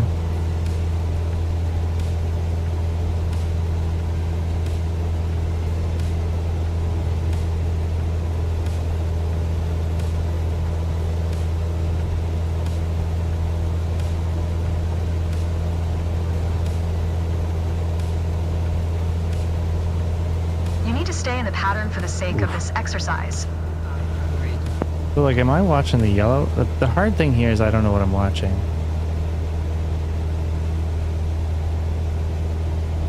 That's the difficult thing. So, if I look... Oh, it was 5,700 feet. Reach the end of the upwind leg.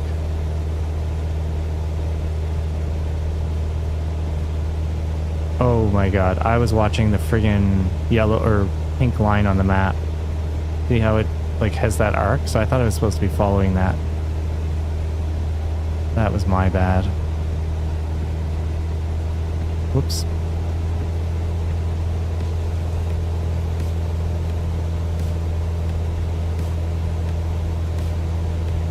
Okay, this makes a lot more sense now.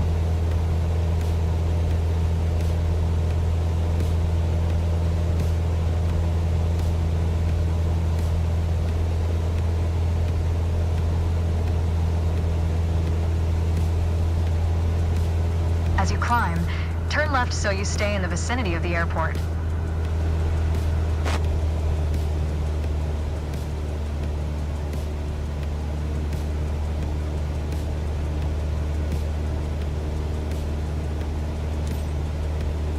That was a major malfunction on my part, but reached 6,500 feet. Okay.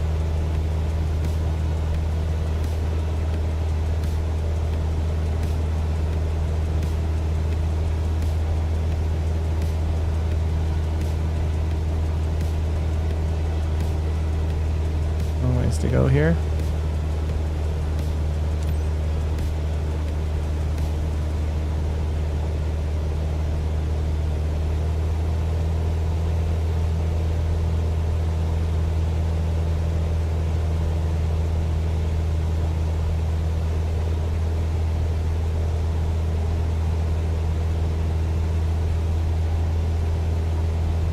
Almost high enough.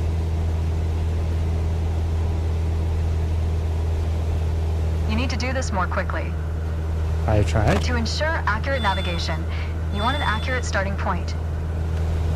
And what's more accurate than the runway you just departed from?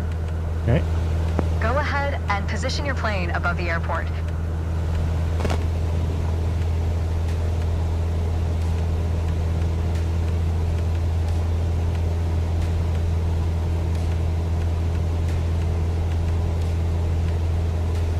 Alright, let's go external for this. Oh.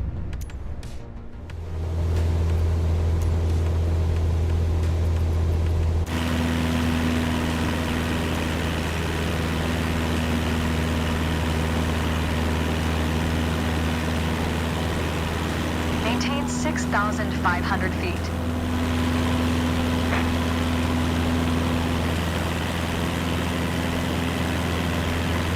Maintain 6,500 Okay. feet.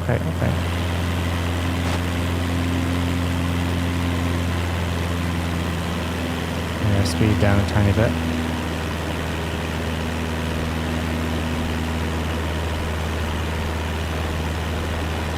Oh, listen to the wind sound.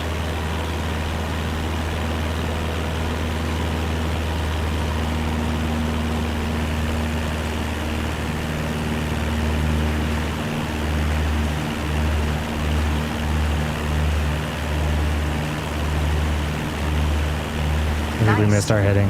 Oh no. That's it for navigation departure. Well done. We were a little rough there on the takeoff hitting. That was my bad. That pink line was really confusing for me. Why, you might ask? I don't know. We still got a B. I'll take it. Reach navigation altitude. That's why she was asking us to do it faster, because we were supposed to reach that quite quickly. Dead Reckoning. Popular navigation method relying on estimating the position of an aircraft based on its previous position. Direction and speed. Munns Park Golf Club. 8,000 feet, time 5 minutes. Okay. It is a lot on the thumbs.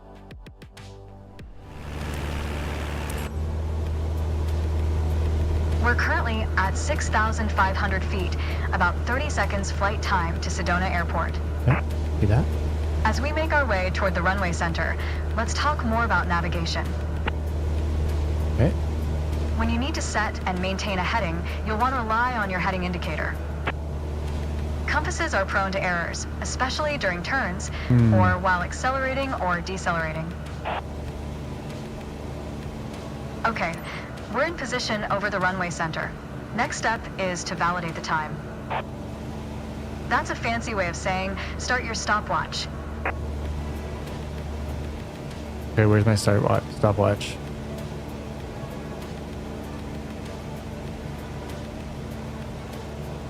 Where's my start? Turn to take a 42-degree heading. Check your heading indicator.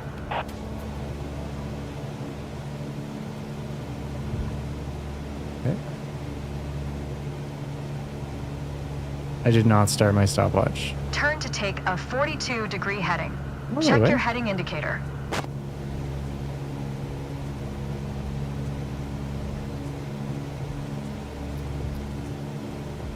On the navlog, you can see our next waypoint, Munns Park, is at a 42-degree heading, about 5 minutes away. That means we need to be on a 42-degree heading. Check your heading indicator and make your turn. So like I was watching this. That was my bad. Not here. We're just gonna do a little loop-de-loop. Bring it back to 42 degrees.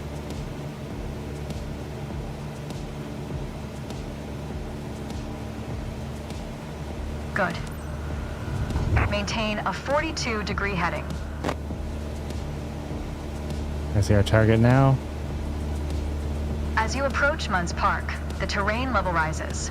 To maintain a safe altitude, we'd better climb to 8,000 feet. Make Okay. sure you keep the same heading. Maintain Where am I full hiding? power during your climb.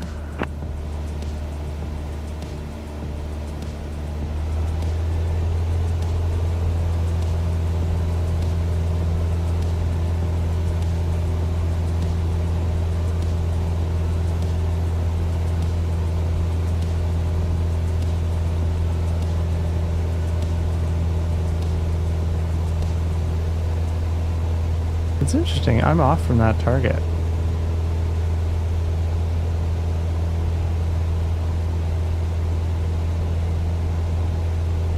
So that like little green target on the map there isn't necessarily what I want to be watching.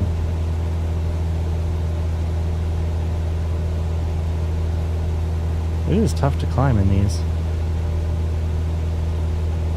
I'm climbing, but my airspeed is falling quite dramatically.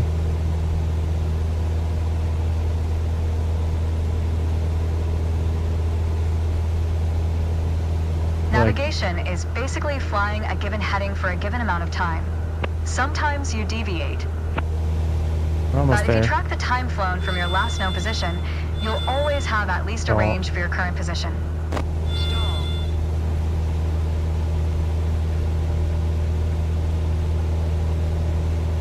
Okay, we'll climb a little bit more.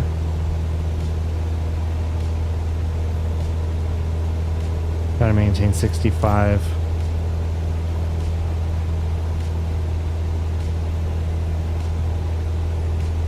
There we go. Okay, now get back to cruise attitude. Let the speed increase, then set cruise power at 2,300 RPM.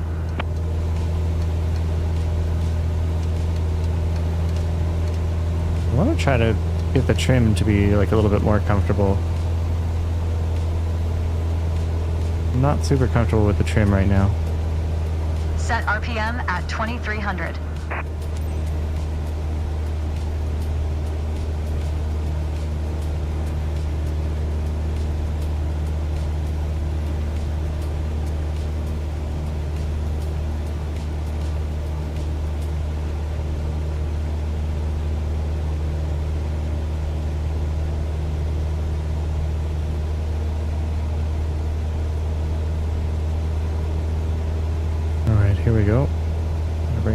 about 200 feet above.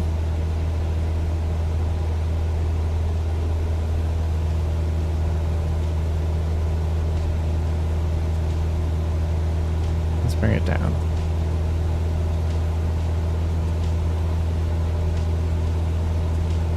There we go.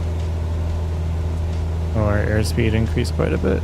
Do you see the green patch with a lake on its right? This is Munns Park Golf Club. We're almost there. Nice. Let's proceed over it and check if the stopwatch matches the navlog estimation. We all know speed can increase or decrease depending on the wind. That's why at your next waypoint you'll want to compare your estimated time and route with the actual time flown. Validate your estimate and your progress. Okay.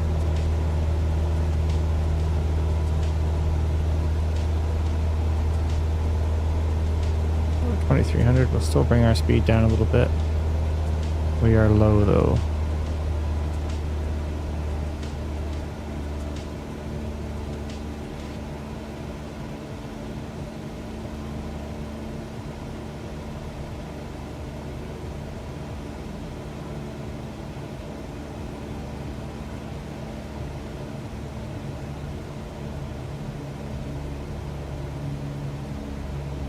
Are heading back. Okay.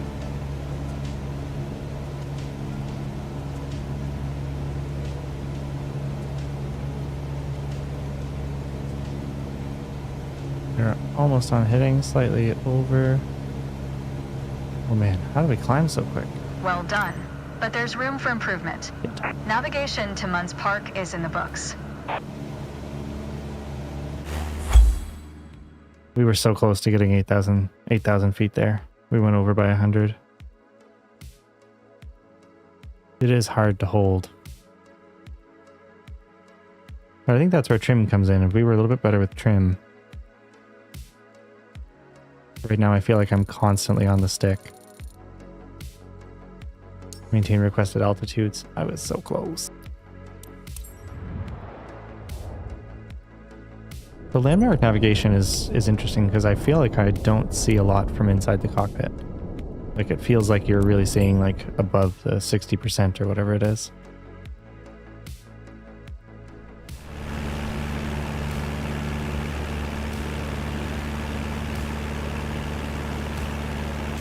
All right, ready to fly. All right, we're currently at 8,000 feet, approximately 30 seconds out from Munns Park Golf Club. While we fly over it, let's talk about landmark navigation. One of the easier methods of navigation involves following identifiable landmarks, like highways. And it just so happens we have one below us. Do you see the highway on your left? Oh yeah. That highway leads all the way to Flagstaff. Let's follow it, and we should reach Flagstaff Airport in 6 to 7 minutes. To make sure we don't miss it, reset your stopwatch here and start again.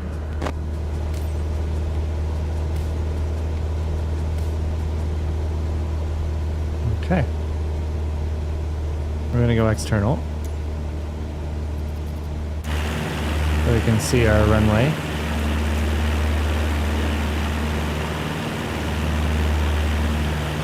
I wish there was like a small mode for this. There's not really. Flagstaff Airport's altitude is around 7,000 feet. Unlike in Sedona, the traffic pattern altitude there is standard. Okay. This means its altitude is 1,000 feet above the airport, which works out to 8,000 feet. Okay, that's We need to high. fly over the airport before entering the traffic pattern. Since we don't want to interfere with other aircraft already in the traffic pattern, let's fly at least 500 feet above pattern altitude. So, let's climb to 8,500 feet on the way. Okay. Keep it at full power while you're climbing.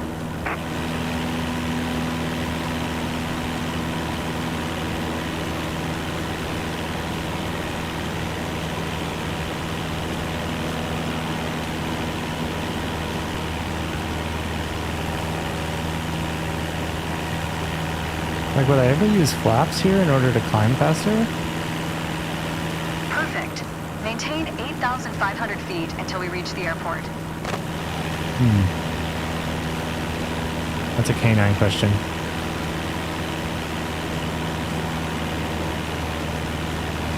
Set RPM at 2,300.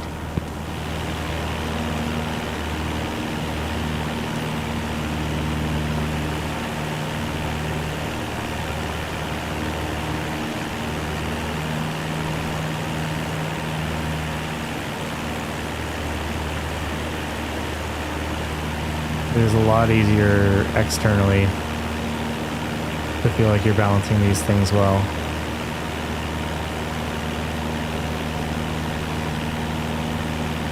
Boulevard Highway though, that's pretty great.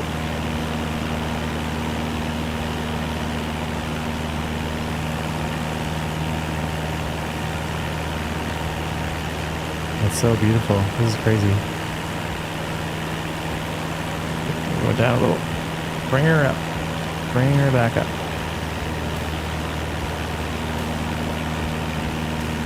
Where airspeed was increasing. Okay. Feel good about that.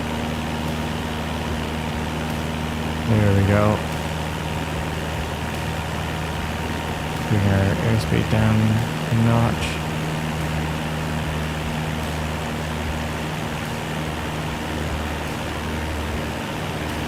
Beautiful. Now we're good.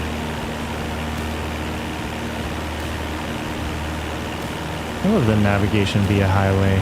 Still got about 3 minutes left to maintain.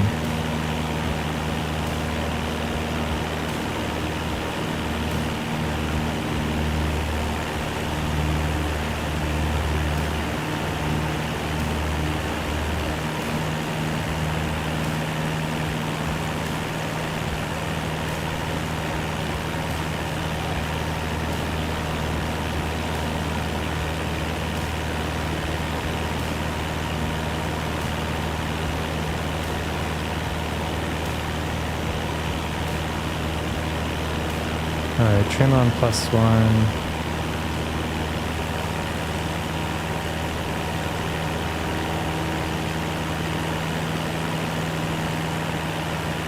I'm trying to mess with the trim instead of holding on the stick the whole time, but I'm finding the trim hard to adjust.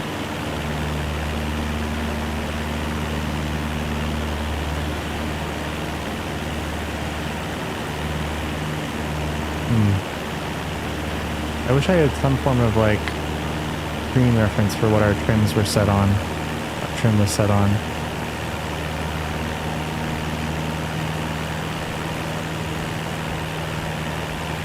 Flying a little bit. Co-pilot Steph reporting for duty. Steph, welcome back. Steph, do you know where our trim is listed? But generally we're doing well, Steph. We're doing well. One bad landing. But otherwise we've been staying like fairly well on course.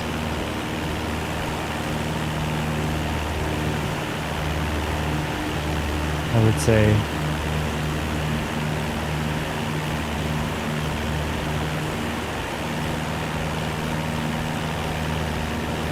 How's your Saturday, Steph? What have you been up to? Flagstaff Airport on the right side of the highway. Nice. Excellent landmark navigation. Thank you. This is our co-pilot, Steph. She doesn't like us. One bad landing is... I agree. I think so too.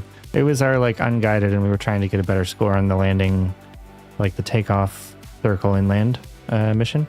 But...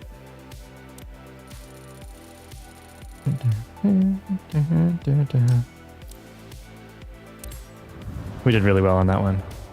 A little bit on the altitude, a little bit up and down while I was trying to adjust the trim, but that's a 7-minute flight pattern. Like that's not as short as before. All right, arrival. Final part of any navigation flight is arriving at your destination. The final lesson will be first solo navigation flight where we learn to approach and integrate the traffic pattern of an uncontrolled airport. Uncontrolled. Ooh. Just came back from your mom's? Oh, that's so nice. That sounds like a very good Saturday. Flagstaff Airport is right in front of us, and we're currently at 8,500 feet. Yes. That's 500 feet above the standard traffic pattern. Right. It's a good altitude to avoid interfering with aircraft already in the pattern. Right. Proceed about the terrain, making sure you maintain our current altitude. Okay.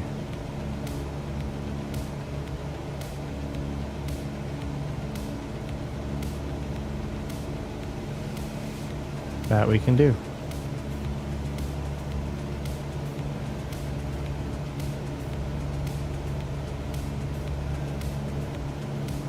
Subtle corrections. It's all about subtle corrections stuff. You only see her once a month? Oh, that's too bad. That's too bad. I mean, more than I see my mom. My mom lives pretty far away. Your mom's pretty close, right?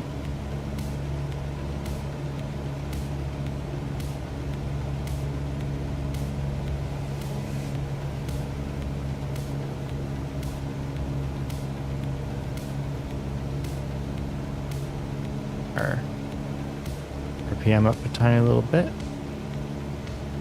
A little bit more speed. 2.5 hours away, yeah. That's not bad at all. My mom's 20 some odd, 22 We're hours, going to I land think. on runway 21, coming from the right to the left. We'll be following a left-hand traffic pattern, as we did in Sedona. Ready? Reduce speed to 80 knots and start a turn to the left toward a 120-degree heading. Wait, should I say right or left? Turn left towards 120. Okay.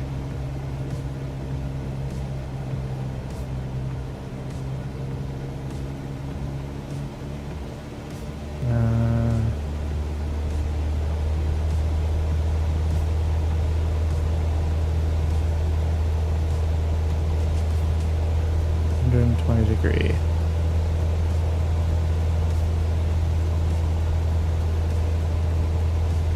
Oh shit.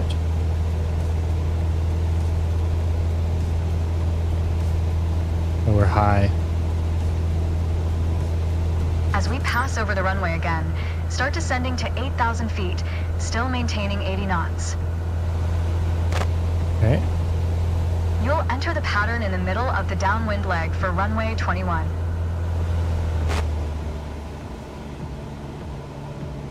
3,000.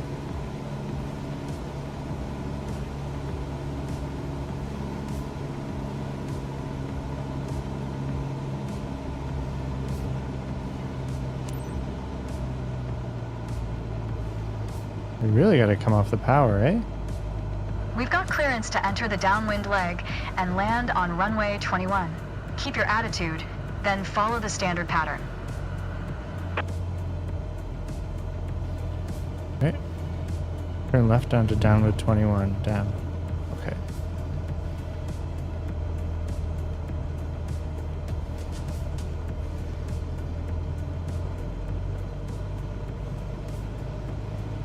Easy on the stick there, Extend Captain. 10 degrees of flaps.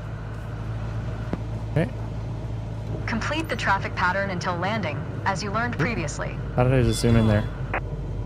How do I unzoom? What did I just do? Ooh. Ooh.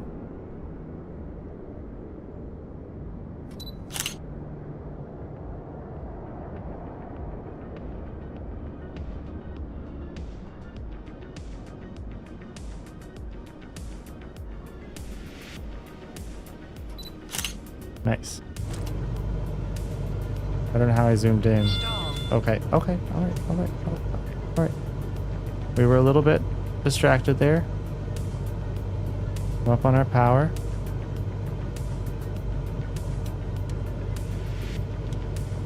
I don't know. You We're flew too low that time. yeah, I'm stuck in a mode or something. I Let's couldn't start move again. my view around. Thank you. Going down. Ready? Reduce speed to 80 knots and start a turn to the left toward a 120-degree heading. I don't know what I got in there. I hit like the L1 button. I just completely got locked.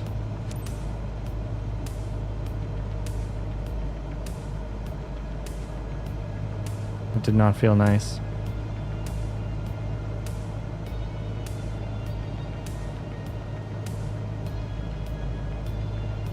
All right, let's bring it around.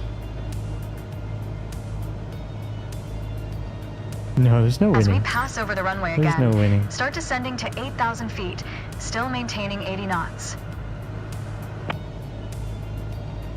You'll enter the pattern in the middle of the downwind leg for runway 21. Okay.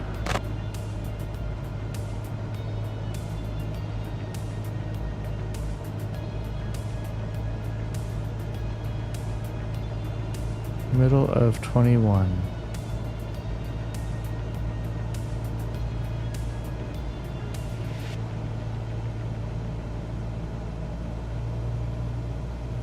We've got clearance to enter the downwind leg and land on runway 21. Keep your attitude, then follow the standard pattern.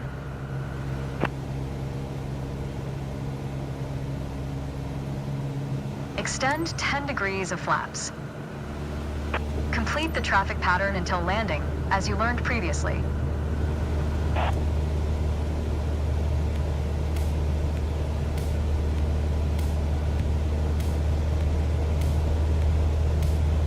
Okay, we got this stuff.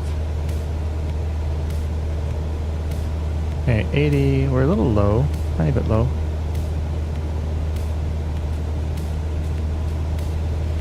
Our RPM up to compensate.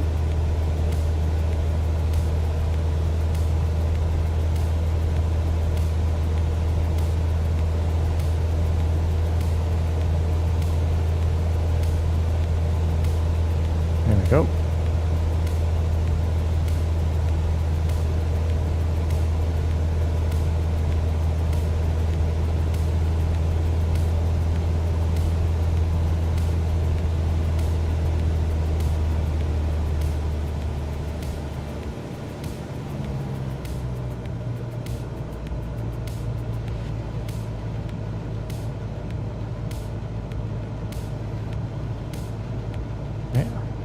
Speed of 65 knots is going to be hard.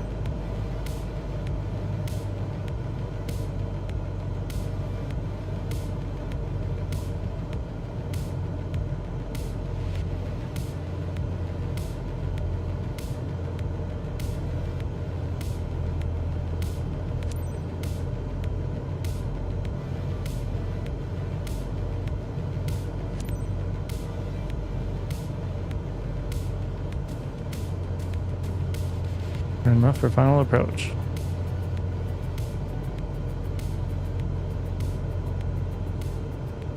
Where's our runway? Oh, Jesus. Yeah, we were supposed to be turned. 500. Turned quite a bit earlier than that. Alright, let's line up.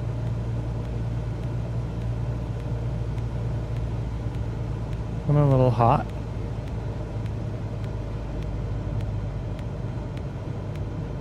I sped up a little bit there to try to compensate.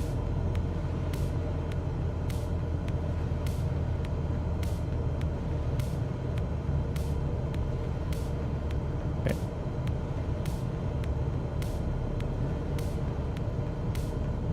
We're a little bit off. I think we'll be okay.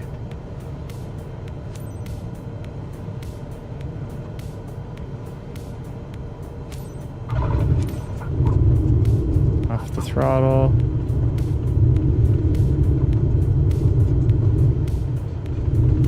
And get on the brakes.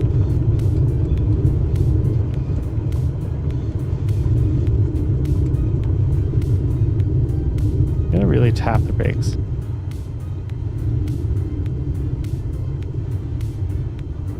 You're trying to get people signed up for member games? But something so tells tough. me you can do even better. I can do even better. You're right. She believes in me. You'll get people, Steph. Don't worry. It just takes time. Oh, man. We got a B. We deserve that B. All right. We could have integrated traffic pattern. That was a little bit only on the last leg. I think I turned a little bit slow in the last leg there. Landing, I think I came in a little bit too hot. It's because it took so long to get to my 65 knots. First solo navigation flight. Time to show us what you can do on your own. You'll be departing from Flagstaff. Oof. Flagstaff, landing at Sedona. Okay. Free to choose your VFR navigation method of choice to get to your destination. I actually feel a little bit like I'm unprepared for this, but I think the difficult thing is finding the traffic pattern. That's confusing to me. Are you ready for this? All right, You are going solo on a full VFR flight. From takeoff to touchdown, it's all you. Well, don't stress You'll be departing me out. Flagstaff Pulliam Airport, handling every navigational step on your way to Sedona. It's the return trip from your previous lessons. You'll be flying over the same landmarks. You remember them? The I do. highway, Munns Park Golf Club. Choose whatever you're confident with. Dead Reckoning, landmark navigation, or both. This is what you've trained for. Just remember everything you've learned, and most of all, enjoy the ride. Okay, I will. Which one was via time?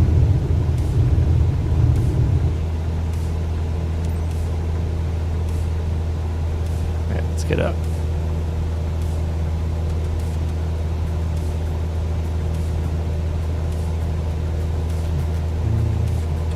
Oh, sorry, give me 1 sec. For some reason the iPad is not charging.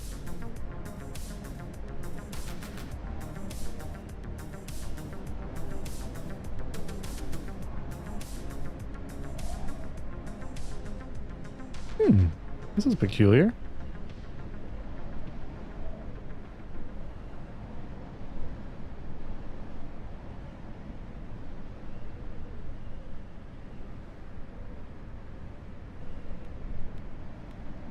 There, folks, just one moment.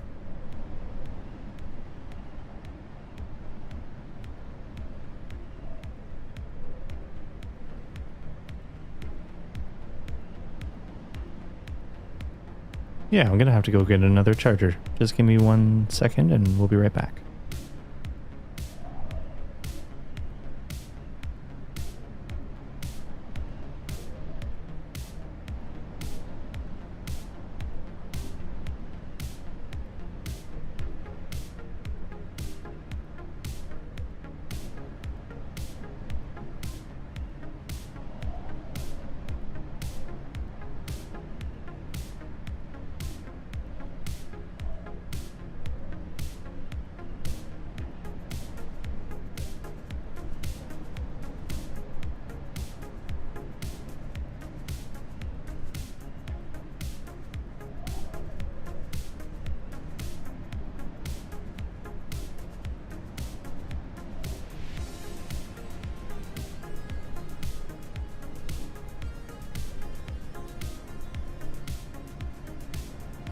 Alright, power adapter seems to be working. It's a different power adapter, so it's strange.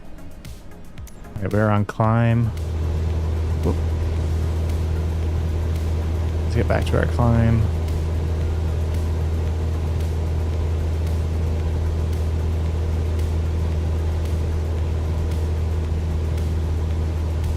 Okay, I want to do a little bit of a left bank, I think, here. Oh, too aggressive. Nope. Chill. Everyone.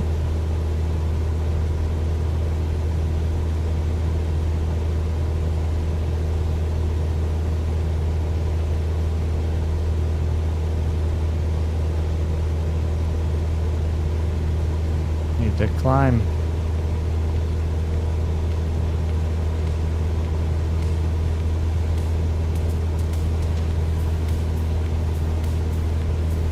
Stall if we don't carry. Alright, there's our runway. Or our highway, sorry. Our highway.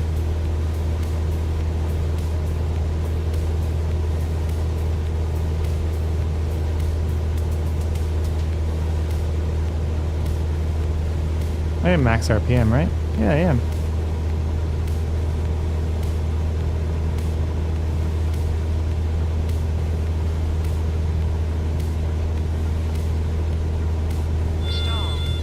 Okay.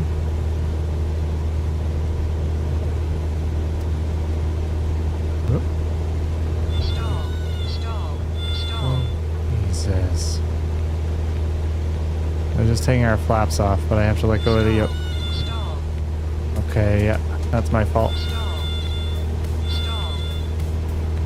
Why are we stalling even while maintaining? Something's weird here. I do have a trim percentage now. Stall.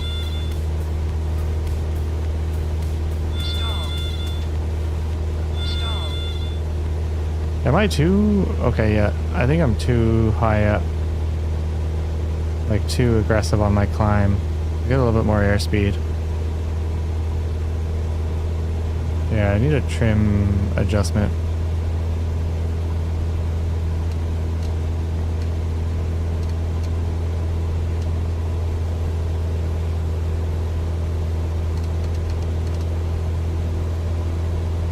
So, plus trim.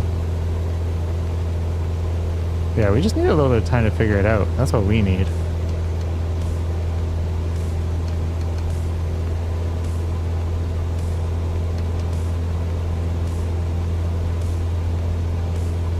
Alright, we're back. We're back. Alright, let's circle back around and see what's up.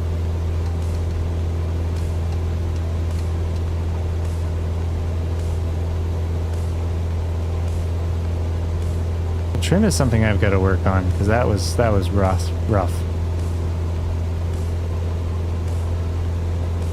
There's our highway. Yeah, there's our highway. Set cruise altitude. Well, our cruise altitude is 8,500 feet.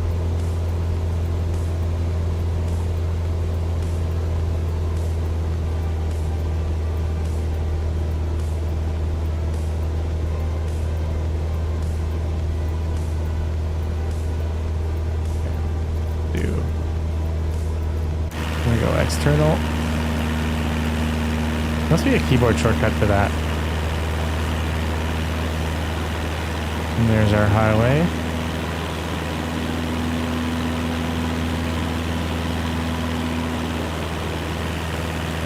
Small corrections there, Billy.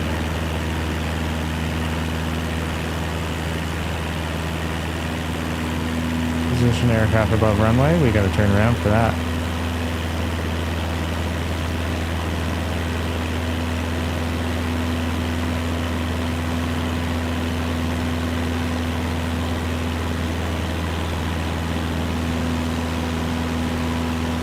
Right. Am I lost?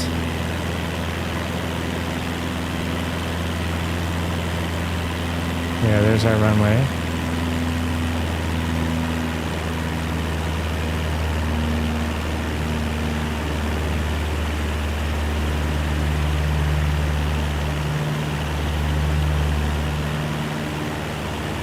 There's our runway. Okay.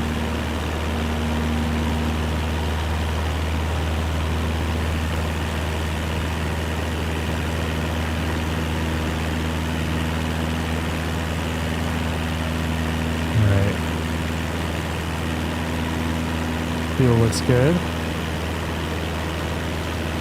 Yeah, Steph is amazing. Steph keeps everyone organized.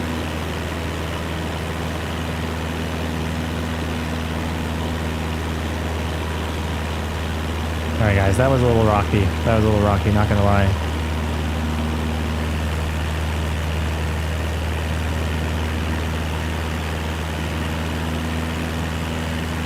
A little bit rocky, but that's okay. We're at a good cruising altitude.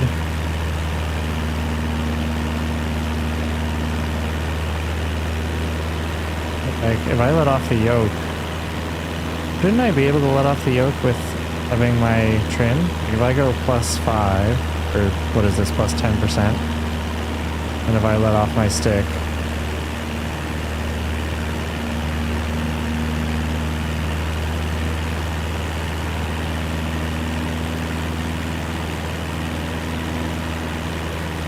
it is a lot. Okay, yeah, so that's +11 on trim is a lot less correction.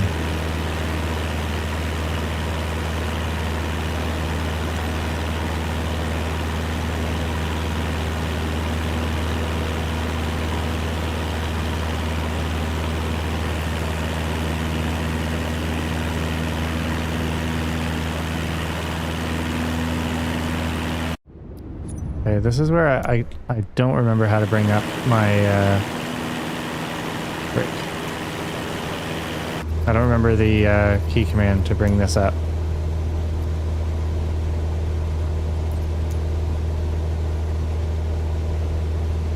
But I can access it here. It's just a pain.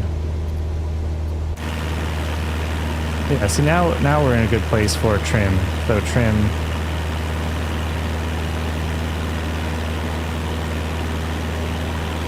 Which highway do we follow?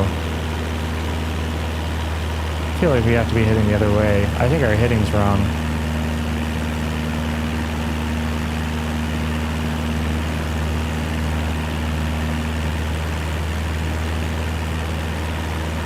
I think. I actually don't know, Mimo. That's a good question. We're gonna learn. We're gonna learn together, my friend. Well, I think this is the highway we have to follow.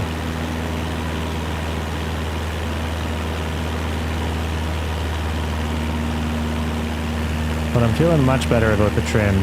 So I'm gonna go down to... Let's go down to 10%. And see how it maintains. No. So 12 actually was a little bit better, so trim-wise. Yeah, so right now at trim 12 I'm climbing. So if I go one notch down... Oh yeah, that's way more comfortable. K9, I was a little bit like rough on my climb. Welcome back. But I think I have the right heading. I'm trying to navigate to Munns Park Golf Club, which I believe if we follow this roadway, if we follow this highway, it will take us there. I think. And I think we had one crash during the low flight exercise. Yeah, we're still climbing a little bit too much, but I'll just do a yoke correction instead of adjusting our trim. I like the trim at 12% right now. But yeah, K9, I finally found the trim on the right side there, so it's way more comfortable to fly. Am I making my appropriate radio calls? Absolutely not. Do I know how to access the radio? Absolutely not.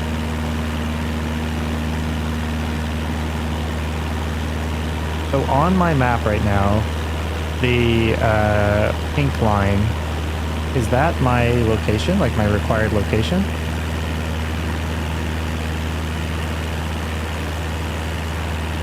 Or my like actual hitting? What does the pink line there represent? My CRS 164 degrees.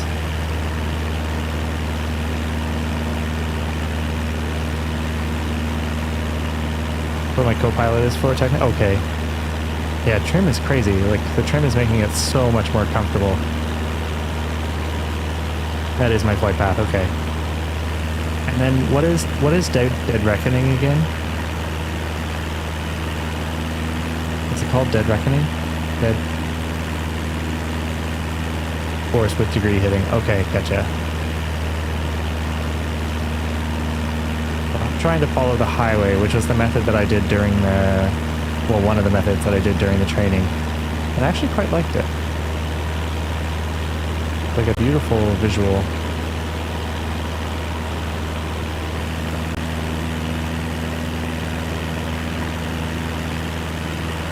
A little bit low, a little bit low. Bring it back up. Yeah, I actually can't believe I was trying to keep the same altitude with just doing manual corrections. That was so much harder. I'm sure the trim won't be something that, like, it'll take me a while to get used to setting it, just because on controller, your DR is a position report based on where you think you're at. Oh, gotcha, okay. So if I go in, so if I check my time right now, it was about 5 minutes. 5 minutes traveling. I just can't, I think 7 minutes following the highway. But we'll go back out just so we can see.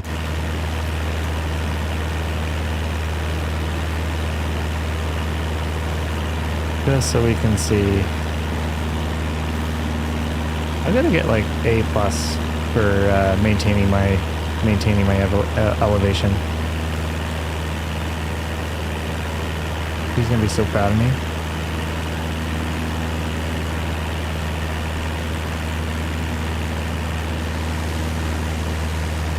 Oh, maybe the other airport was 7 minutes.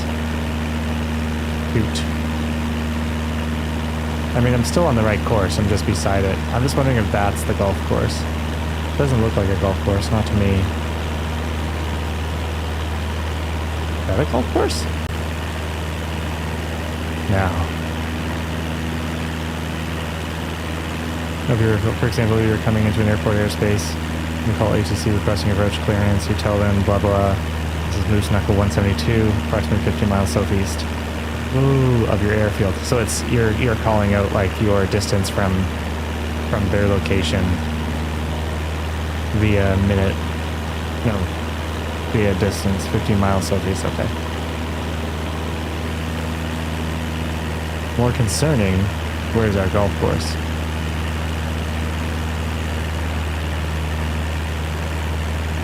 Hey, now, do you know where Munns Park Golf Course is by chance?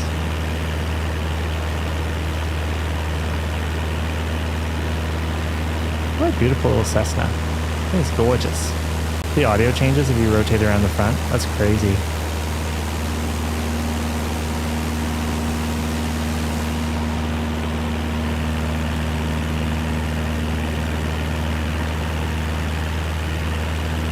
There's my golf course. That looks like it right there. Yeah, I see it. I think I see it. We're doing well. We're doing real good. Distance and altitude. Okay, gotcha.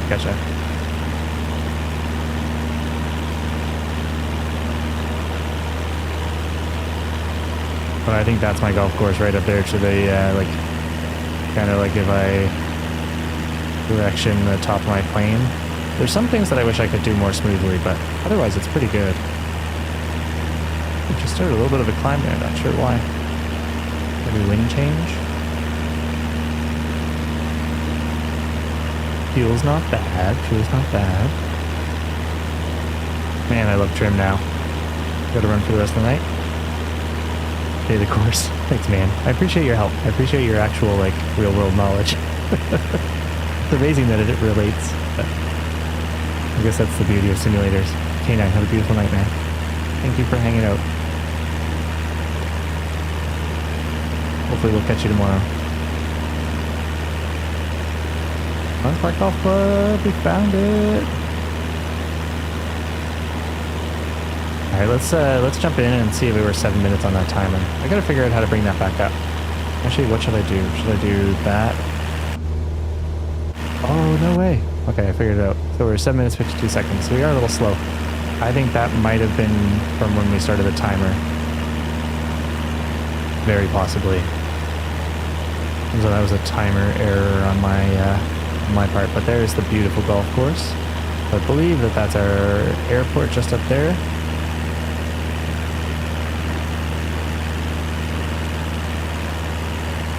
We'll do a nice little flyby. Yeah, what are we at on the timer? 8 minutes and 24 seconds. That's a pretty little golf course. Alright, let's make a nice little bank. Oh, it wants us to reach it, so it actually wants us to fly over. That's gorgeous. Gorgeous little... Restart stopwatch, yep. Reset. Why isn't it resetting? There.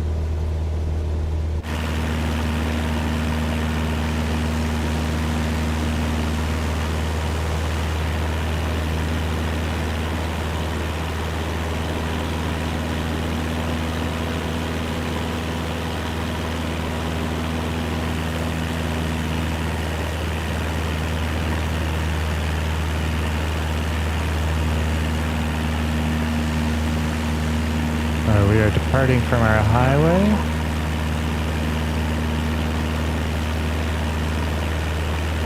Nova.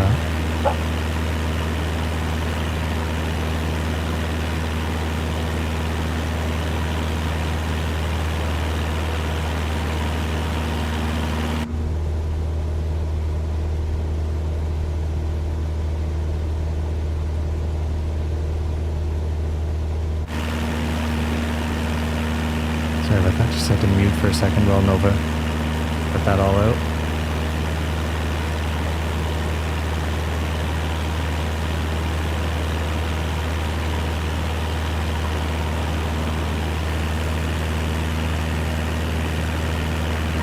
Alright, I think that the thing was I was visually expecting to see the other,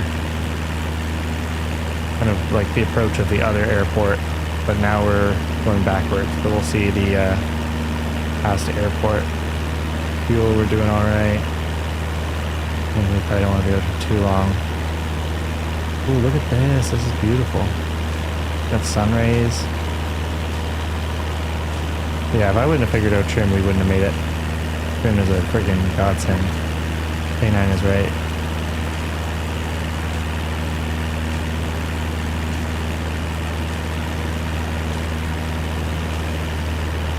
Subtle little corrections.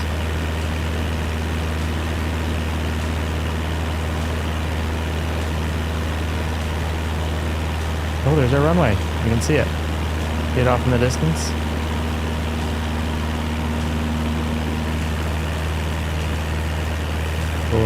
Gorgeous.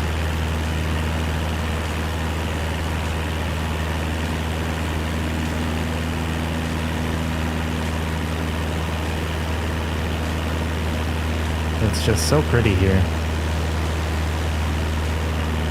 This is really nice. But there's our airport. We're climbing a little bit. We'll bring it down some. I might take one off my trim.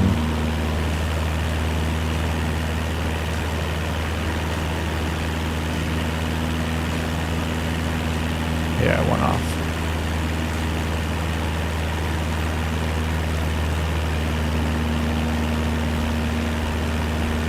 Oh.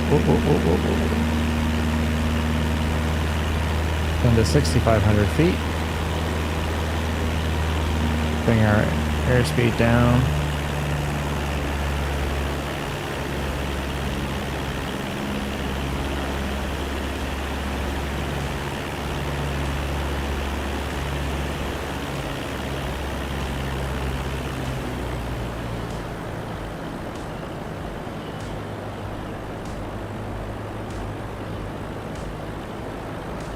Over the runway center.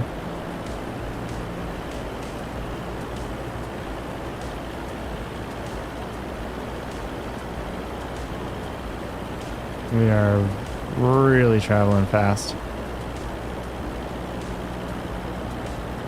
But our engine's already as low as she goes. I'm trying to do this stuff faster, because before I was getting in trouble for not doing it fast enough. Bring our speed back up.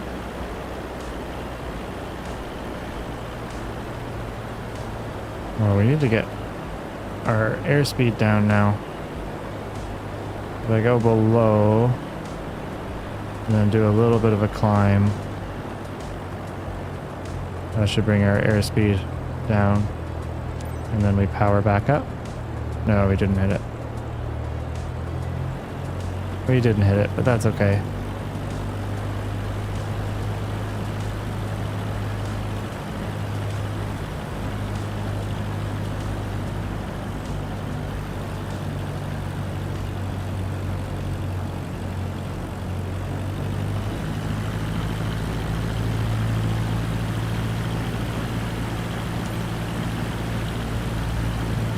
Enter traffic pattern. Okay, so it still shows us where our traffic pattern is.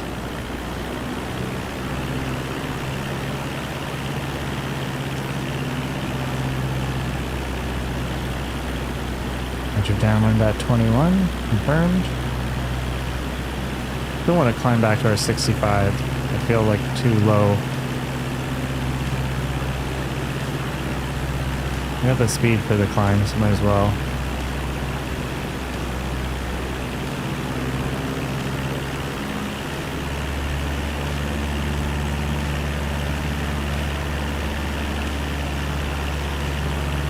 Alright, we'll just chill. We'll just chill here.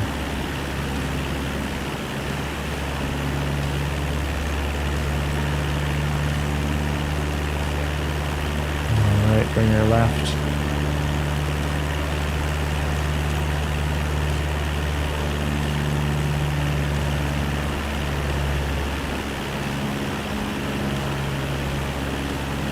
Maintain 80 knots, 6,500.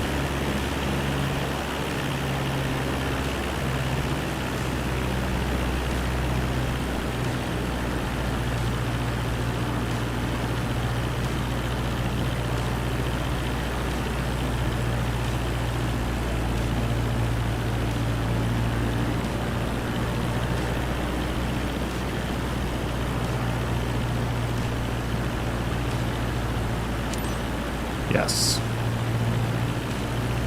Okay, we got that one. And the base lag. Maintain 65 knots.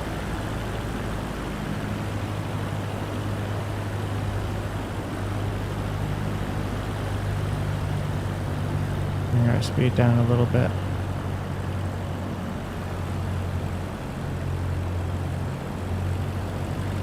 Come on, come on. Thank you. Alright, we got this. We got this. Get in on approach. We're a little fast. Oh, shoot.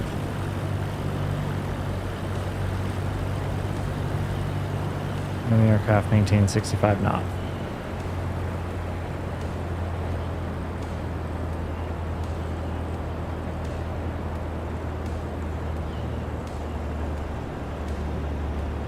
Bring our flaps up.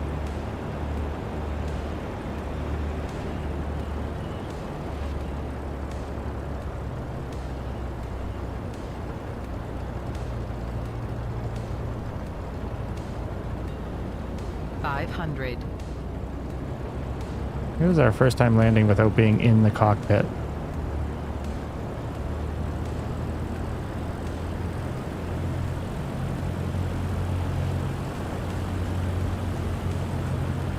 Alright, we're gonna lose points for that. We didn't hit 65.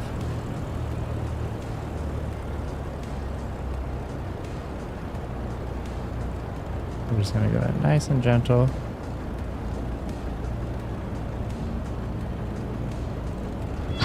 Oh shit.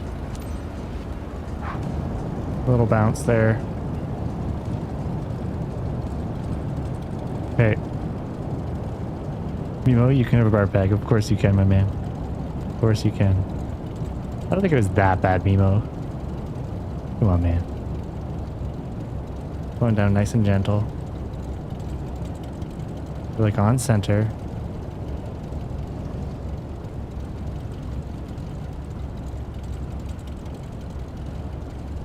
Oh, look at that car. Oh. Mimo, we landed. You did well, but you can do better. She always says that. She always says that. Some people say the sky's the limit. I say, it's just the beginning. See? Positive. She's always got like a positive uptake. I think that's good. There was a lot in that, Mimo, for our first time.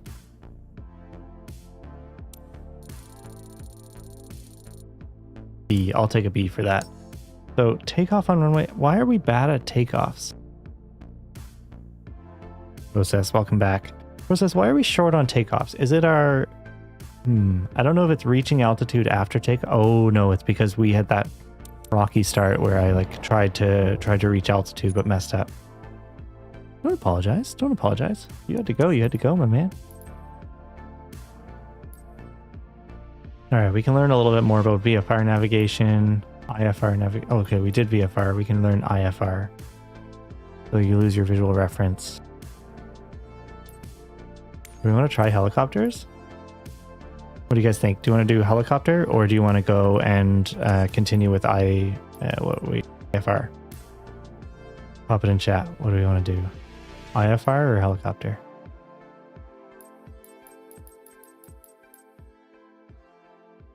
What's the feeling? What's the vibe? I think IFR would be smart. What do you guys want to do? IFR. Mimo, you're a rational man. I appreciate that. All right, so now we're learning climb. So essentially all the stuff that we've been doing, but we've been doing fairly visually, we're going to be doing it all instrument. Whether it won't always be perfect, getting licensed to fly IFR is the best way to keep flying, even when visibility keeps you from flying VFR. This world tutorial will introduce you to the world of instrument flying. Climb and descend solely by relying on your primary flight display. Whoa. Oh, that's crazy. Mimo, you're too kind. You are far too kind. Helicopter is kind of scary. Oh, it's so foggy. This is crazy. This is crazy. We're flying over the UK Shetland Islands, just below a thick layer of clouds. Yeah, okay. Up sure. until now, you've been able to look outside to judge the aircraft's attitude and location. What happens when you lose that outside view? I get That scared. takes us into the world of instrument flight. When you can't use the horizon for reference due to clouds, darkness, or other hindrances to visibility, you'll need to rely on your airplane's instruments. It's true. When flying on instruments alone, you'll need to rely on your attitude indicator to see your pitch and roll information. Modern cockpits like this combine several instruments into one electronic display, called a primary flight display, or Yes. PFD. Okay. Stay on heading 270, set full power, and climb up to 4,500 feet. Set full power for the climb.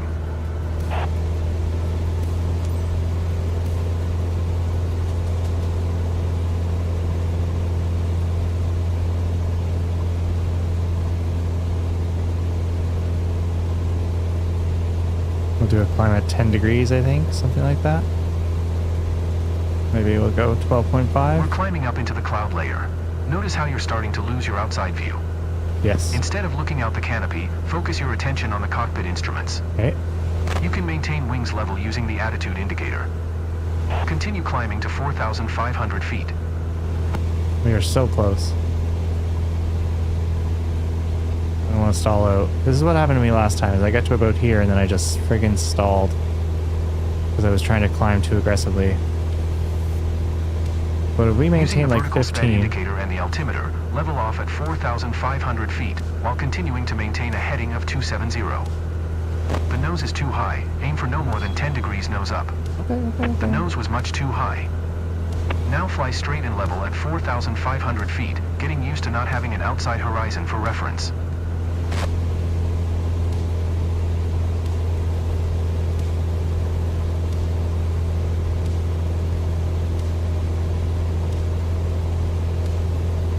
Okay. Bring our airspeed down.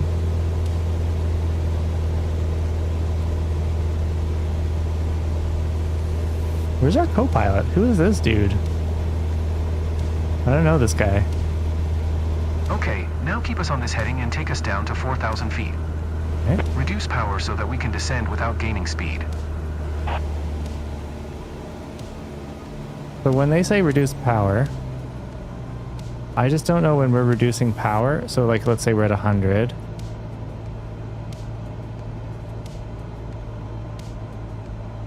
Okay, we're maintaining about 100. I am on controller, yeah. I am process. We'll Great. maintain Increase 100. power again for cruise and keep us at 4,000 feet. Okay. Yeah, it's very doable on controller. I'm actually like kind of surprised. The only thing that's difficult is if you're not, like, my problem is I was a little bit rough on the trim. So I was constantly having to yoke for everything, like everything. I was just yoking all over the place. And the benefits of trim is it gives you a little bit of a relief off the yoke in order to be able to modify your flaps Wow, and great stuff. job. That's how He things just said look great and feel job. making altitude changes on instruments alone. I actually You'll find prefer it gets instrument easier with flying. experience. Next we'll introduce turns. Need my numbers as well so I can add you into group. What are you talking about, Steph? For tonight? I'm not signed up for tonight.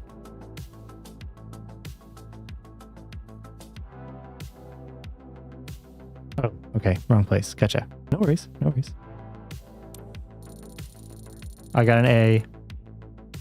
Oh, man. Oh, man. Climbing. I'm still rough on climbing. I don't know. I think it's just because of that one little... am I making a yoke? I might be. Shushy. You shush. Oh, Cat, it's good to see you, man. Are you making a yoke? If you can't just delete it, and I won't remember that you said it. Process, if you have Game Pass, man, if you have Game Pass, you can just play it for free. There's no risk. So Mitch, if Mitch is around, I don't know if he's still here. He asked earlier how he's doing, but Mitch is playing on keyboard and mouse, I think. Oh no, Mitch no, sorry, Mitch doesn't. I thought Mitch did for some reason. No, Mitch might have been playing on controller too, but I've heard of people doing it on controller, but I think on keyboard and mouse, but I think it is quite difficult. So if you have an old controller around.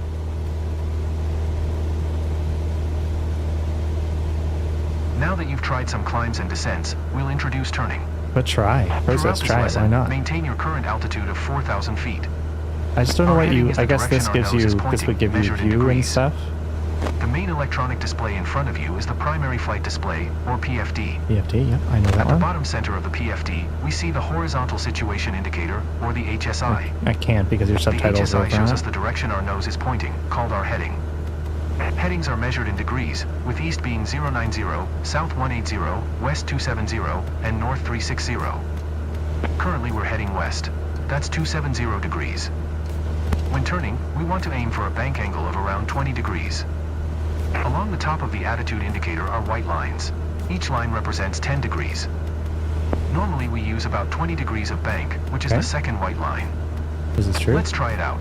Make a turn to the left onto heading 180, using 20 degrees of bank. Keep turning until heading south, at which point, smoothly roll back to wings level. Okay.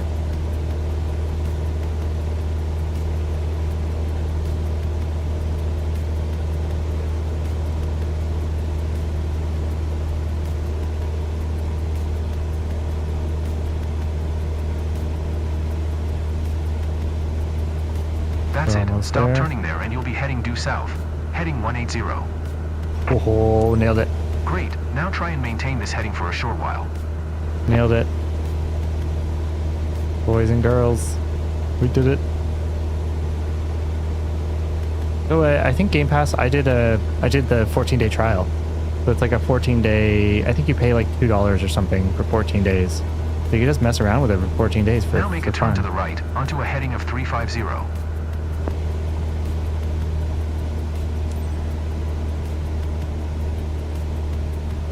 We're gonna be really good at this instrument flying. We'll bring our airspeed up a bit. Well, a little bit more juice behind our wagon.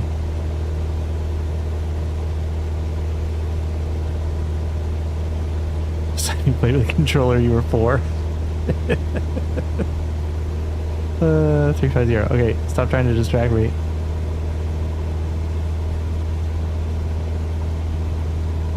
Man, it is so foggy. This is crazy. Alright, watch our heading, watch our heading, watch our heading. We can do this. Now smoothly roll wings level onto a heading of 350. Now maintain heading 350 for a bit. Oh, one off, one off. You gotta get us to land with only instruments? That's a little crazy. We are on climb. Bring our trim down. Oh, wrong way. Wow, great job. Got So that's it. how we make turns using just the instruments. Next we'll look at how to handle speed changes. I am wearing my pilot's hat. Yeah, give it a try. Process, I want to hear what you think. Especially on keyboard or mouse. But apparently there's like a multiplayer where we can all fly in around together. Get in there. Get in there. We'll get Mitch. We'll all fly around. But yeah, Joker Cat, my thumbnail wasn't lying. This is my jumpsuit. Oh, his eyes look a little messed up. There. I don't know what he's looking at, but there's my red cap. There's my jumpsuit. I nailed that one. Left turn, right turn. Right turn was close. I think I was just a little bit like slow on the draw. Hard when the subtitles are popping up over it. Mimo, did you delete your exclamation mark? Was it an exclamation mark? I thought you were just really proud of me. All right, speed control. Let's do this. This is actually one of my my worst things. So we'll see how this goes. Speed control training.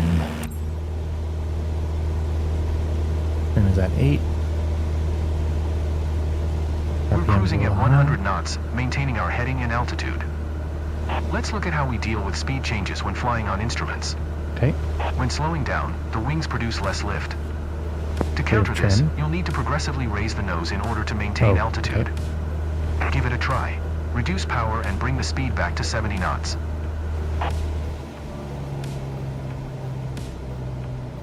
Remember to adjust the elevator trim so that you don't have to keep putting any pressure on the controls.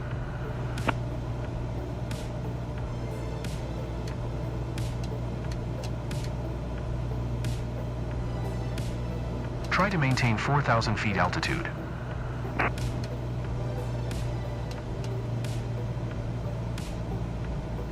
Yeah, see, this is hard.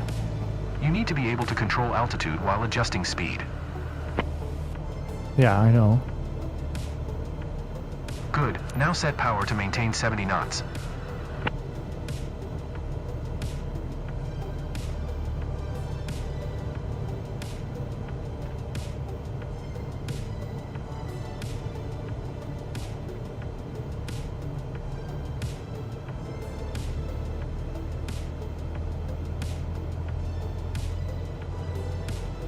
Oh.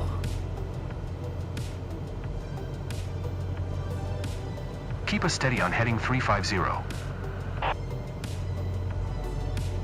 You wandered off the heading. You just asked me. Dude.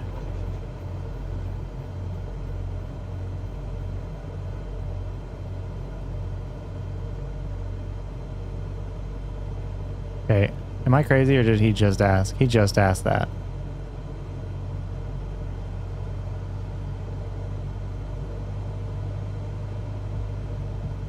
The power to keep 70 knots.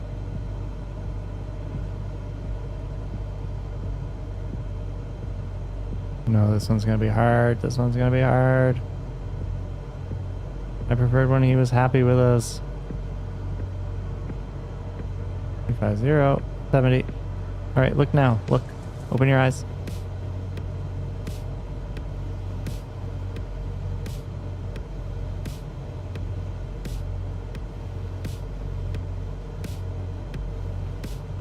Alright, power up a little bit. I don't know why.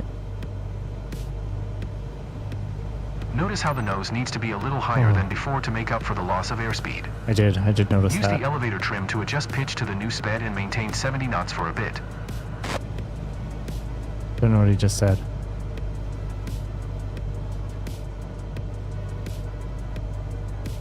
I feel like he's gonna tell me that I'm off heading again, but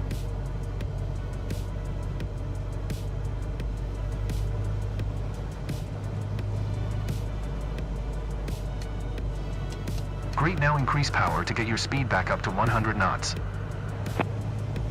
for that, and something that looks like he can't go to school. What? No.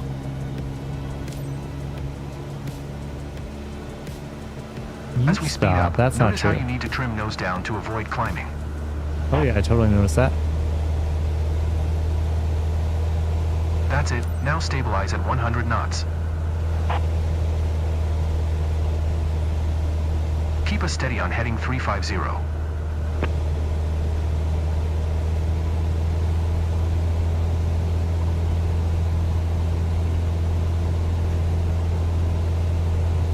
Alright, we got this, Good. we got this, now we we'll got take this. flap settings into account.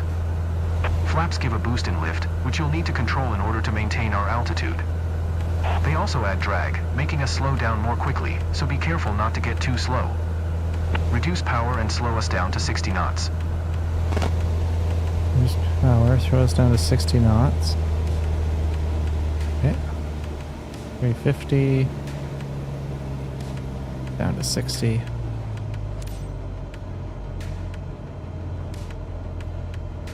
Good, now extend the flaps to 10 degrees. Now set flaps at 20 degrees.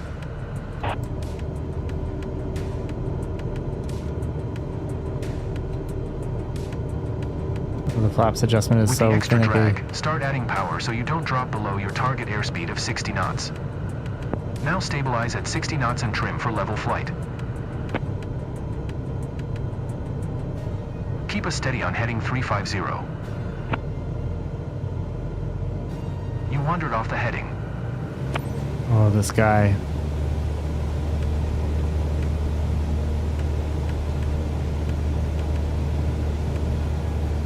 .350, maintain 60 knots. Keep us precisely at 60 knots. Okay. Joseph. You lost your speed target. But Wow, you didn't- great job. Next we'll look at navigating on instruments alone. This guy's emotionally a roller coaster. Like an absolute roller coaster. What's my favorite game of all time, Process? Man. Metal Gear Solid. Hands down. Hands down Metal Gear. Yep. Yeah. Hands down Metal Gear Solid. For sure.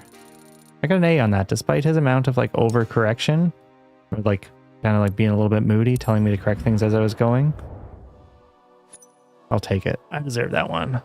We're at basics. Navigational aids. Nav aids remain an alternative to modern GPS navigation, allowing pilots to locate and orient themselves thanks to radio frequencies communicated from ground stations. Direct aircraft cockpit instruments. Interesting that they're done through radio frequency. I guess it's a distance thing too.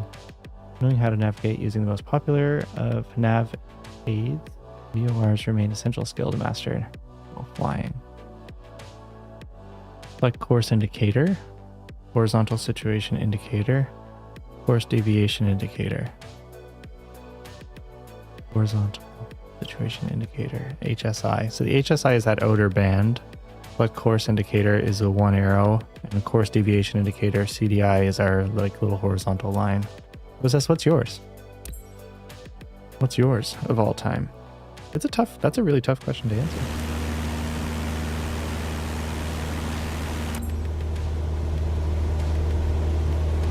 Okay. Now Alright, that you I have see the our basics arrows. of flying the aircraft on instruments, let's look at navigation. Okay. There is a worldwide network of radio beacons that pilots use to find their way when flying IFR. Okay. The most common beacon is the VOR. I've tuned the Sunbird VOR into your NAV radio, which we're going to fly toward. To get there, we'll use the course deviation indicator, CDI. That's the green arrow and bar on the HSI. Yes. I've set the CDI for a course of 170. That means we want to arrive at the VOR on a heading of 170. The CDI shows us if we are on our selected course. If the bar is to the left of center, we need to fly to the left to recapture our course. The bar is currently over to the right, so keep flying on this heading and wait for the CDI bar to start moving towards the middle. Oh shit. Keep us on heading 240 for now. Shit. You Oh, will way I off on get it. altitude holding. Try to maintain 4,000 feet altitude. Okay, that's actually super nice.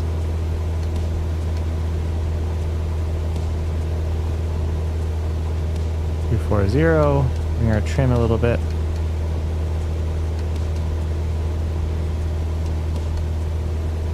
Right, so we're traveling 240 until that secondary line, the long top line towards the west, comes back towards center. Too bad there's not a co-op pilot game mode. I think that there could be. There could be quite easily. Wait for CDI to move. CDI has not moved yet. Great question. Mine's Return of Wolfenstein. Oh man, that takes me back. That was a good game. That's like. Are we about the same age? How old are you, Process? If you don't mind me asking.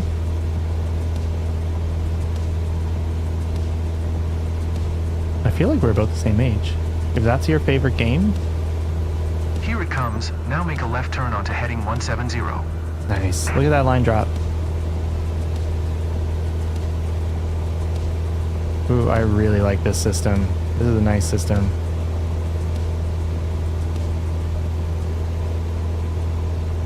Great. Now keep the CDI bar centered and it'll take us to the VOR.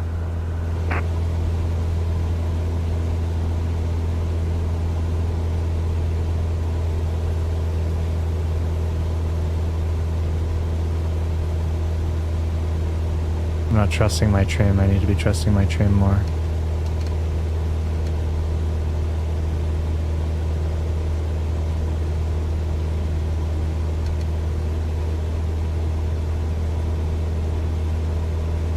I'm gonna get in trouble for not having that centered. Alright, there, that brought it back. Correct to 170. Oh man, I love this system. No. You're almost 23? We're getting No, close to the stop it. VOR Are you now. really? How do you The remember CDI Return to Castle indications might become Wolfenstein? erratic or disappear when reaching a VOR, but this is normal. Keep flying straight ahead on heading 170 for a couple miles. I'm quite a bit older than you. I'm surprised. I am in my late 90s. That's true. You're way off on shit. altitude holding. Try to maintain 4,000 feet altitude. Okay. Not way off. 100 feet? Call that way off? Billy?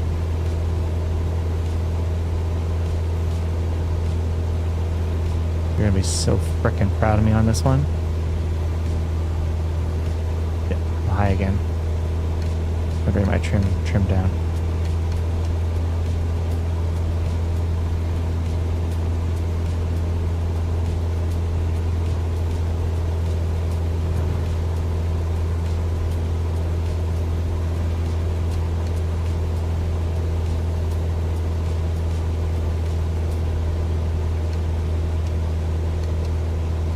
Wow, great job. Yeah. Now we'll turn our attention to a different type of radio beacon. Okay. What do you got? Hey, that felt really good. Yeah, Process, I'm surprised by that. Because that game was like early 90s, no? They were 6 years after the game came out? Okay. When was it? Was it like 92 or something that came out?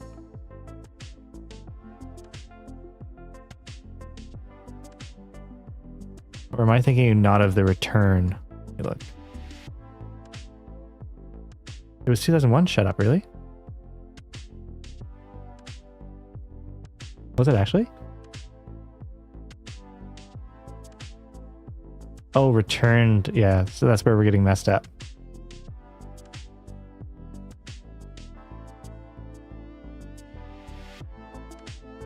I'm thinking of... not that. Which one? Hold on. Which one was it?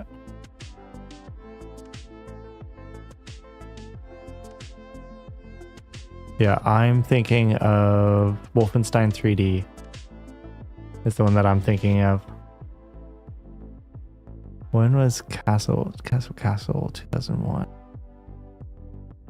Yeah, so I'm thinking Wolfenstein 3D, which was 1992. Turn to Castle Wolfenstein. I actually don't know if I've played this. I'm looking for some visuals to see if it like shocks. No, it was PC only, right? Oh, that one is old. Shut up. Shut your mouth. Someone banned Process. RNAV basics. All right, go. Oh, I should have read what RNAV is. I missed that point. Old. I don't think we're friends anymore. All right, what do we do? Okay, so we have a pink line this time. The VOR system is a classic for navigating via instruments, but modern technology has opened the door for new navigation tools. Okay. Our flight plan is made of multiple GPS waypoints. We can use those to guide us when we can't count on visibility. Oh my god, yeah, look For at this them. lesson, we're going to follow a similar trajectory as in the VOR tutorial, flying over Sumburg Airport while maintaining an altitude of 4,000 feet. The system looks very Nova's giving me similar a to the hard time VOR right now. on the avionics. We'll use the CDI. That's the pink arrow and bar on the HSI. It looks very Looking at our similar, flight yeah. plan, we can see that we're supposed to arrive at the waypoint on a heading of 170. The CDI shows us Yeah. if we are on our selected No, I see course. 179. We've deviated on purpose so that you can see how to catch up to your intended trajectory. Just like with VOR, the gap between the bar and the CDI arrow shows us the direction that we need to head towards to catch up to our course. The bar is currently over to the right, so keep flying on this heading and wait for the CDI bar to start almost moving there. towards the middle. Sorry, don't apologize. Here It's it okay. comes. Now make a left turn onto heading 170. We literally get like visual aids to fly through. This is crazy.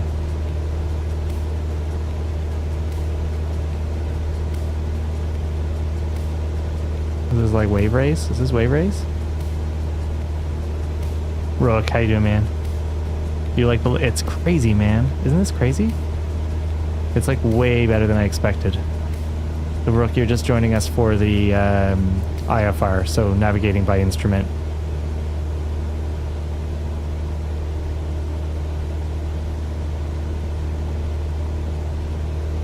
Great. Now keep the CDI bar centered and it'll take us to the waypoint. All right, we'll trim. Actually, our trim is pretty nice.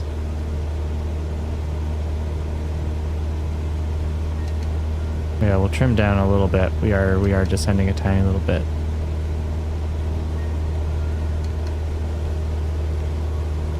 Maybe we'll manually climb a tiny. Oh, there we go. There we go. There we go. Looking good. Looking good. Reach GPS waypoint. Keep CDI centered. We are centered. Just don't want to fall too far below because he'll yell at us. It is so sensitive process. I'm actually worried for you for keyboard and mouse, but I still want you to try it. I think you should definitely try it. Got this long in the back of my mind for a long time. Used to play this long ago. I know. I haven't tried this since like, I don't know what it was, Windows 1998. And then I was a Mac user for the longest time, so couldn't. So now it's like super exciting. I definitely could have played it in 2022. But like, look at this. See the land? You can probably just see it.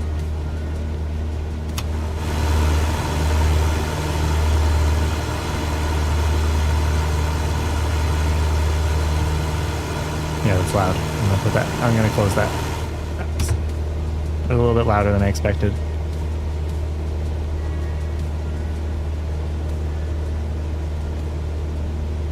We're a tiny bit off course. He's really testing us. Like, he's not letting us off. A couple, oh yeah, look at our flight path. So if we look at our flight path over here, we're only half of our way.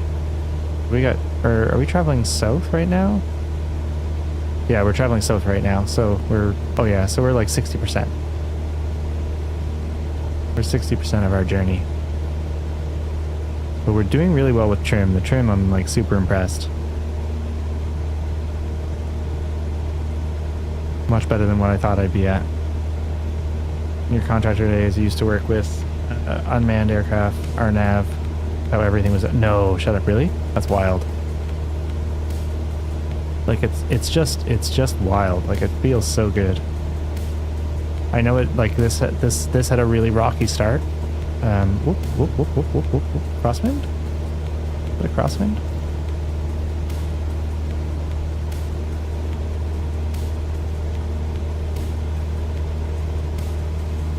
I just want to let you guys know I've flown through every rectangle. We're getting close to the waypoint now. The CDI indications might become erratic or disappear when reaching a GPS waypoint, but this is normal. Okay, doesn't Keep sound flying very straight normal. ahead on heading 170 for a couple of miles.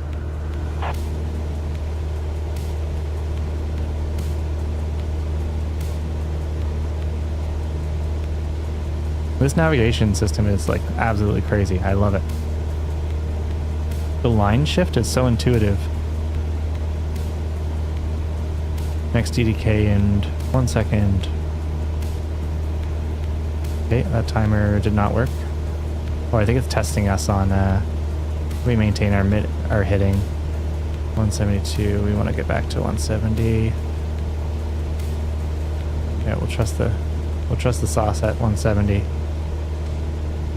I'm so glad we spent the time to get trim nice.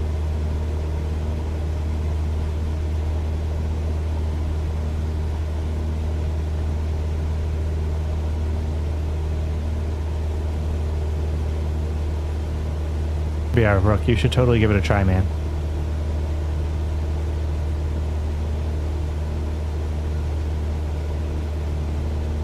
Yeah, Rook, I was going to ask you, I think you were in stream the other day and I was going to ask you, but I think you left just before I asked. But are you going to... I think a bit more practice may be a good idea. Are you serious? Yeah, I hate him. bit more practice. Are you kidding me? Did I get a B? There's no way I got a C on that. Is this the tutorial part? It is. So we are not in career mode yet. We are just in tutorial. So we're working our way through. But after this, we're pretty much full out. Like we're ready to go. Unless we want to do... they are totally... I got a C. Interception. Fly to GPS waypoint. I'm really surprised. I felt like we were a lot quicker on that. I had an A on the previous one. I think it's just I didn't do it. I think you have to do things a lot more aggressively than what I'm doing them. ILS approach. Okay. Oh, the fog just faded in there.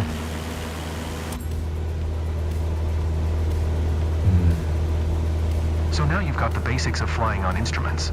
Now we need to get back on the ground. The most common landing aid is the Instrument Landing System, or ILS for short.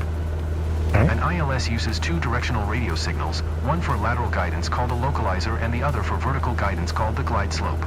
Okay. The localizer provides lateral guidance, which directs you onto the runway centerline. The glide slope provides the intended descent angle onto the runway. Okay. The localizer is displayed with the CDI, much like in the VOR lesson. Keep flying on a heading of 210 at 1,500 feet and we'll How you watch for the doing? How's your localizer day? to come alive. Go The wider localizer before is the moving turn? now. I don't know. I was Make just a gentle getting turn beat to on the that. right, intercepting the localizer and Third keeping person the view and CDI look. in the middle. I need to watch my instruments. How am I going to watch my instruments? Oh, I made it. Oh, shit. Mitch, you distracted us. He's going to yell at us for this one. Come back. Come back. Good. Now keep the localizer bar centered and maintain 1,500 feet.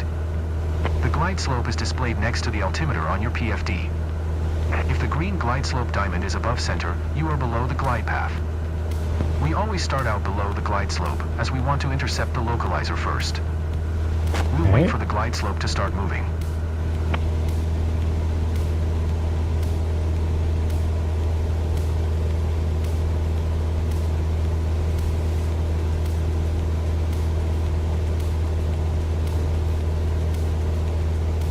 Okay, I missed that part about the glide slope.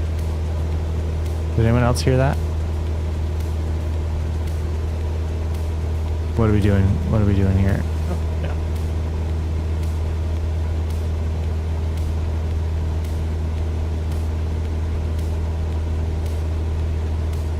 We're gonna die. Mimo, stop. Where's the parachute? I don't know, actually. It's a good question. I don't think he brought you one. Alright, we're going a little bit low. Here comes the glide slope. Maintain 1,500 feet until Where's it it? almost There it reaches is. the center. I see it. I see it. I see it. Okay, bring her back on course. We're a little bit off course.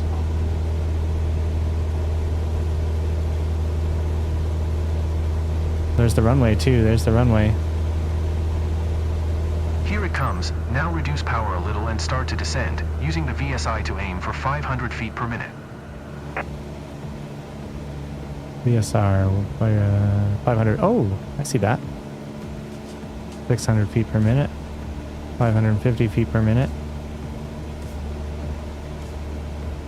Keep both the localizer and glide slope indications centered all the way down to the ground. Reduce speed and set flaps as needed as you make your way down the ILS. Alright, we're going down a little aggressive. Wait, Mitch, do you play, or Mick, do you play this?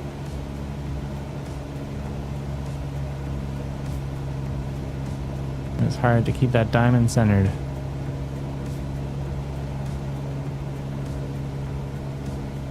Okay. We're still descending a little bit fast. I'm gonna bring our speed down a tiny little bit.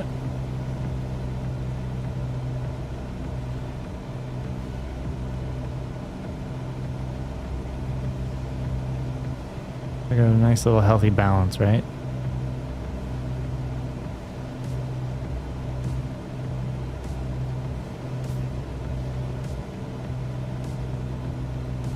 I don't know why our bar is so far to the right there. Because I look like I'm kind of like online. Oh, I guess it's because my centering is probably just slightly off. Certain about alcohol. They should even get into play. We're approaching the runway. This approach has an offset, meaning that the localizer and runway aren't lined up together exactly. Focus on following the ILS for now. We'll transition to a visual landing once we're closer to touchdown. Yeah, Make only small corrections and remember that each will be more critical as we approach touchdown. Okay, I get that, I get that. 500. The glide slope is pretty impressive.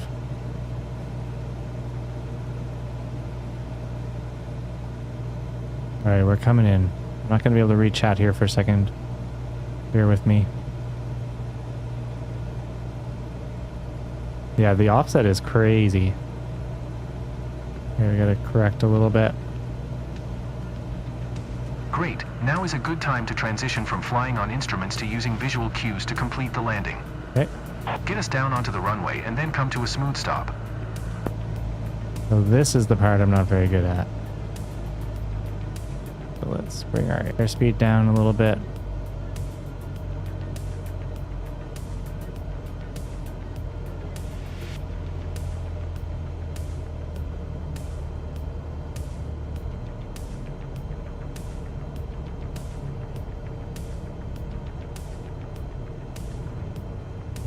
I just looked at the screen and it really messed me up. Oh. Bouncing. Just a little bit of a bounce.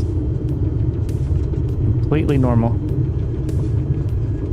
Completely normal. Entirely normal.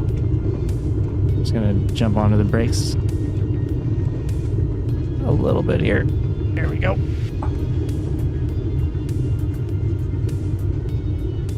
Oh man, we did it. Well done. But there's room for improvement.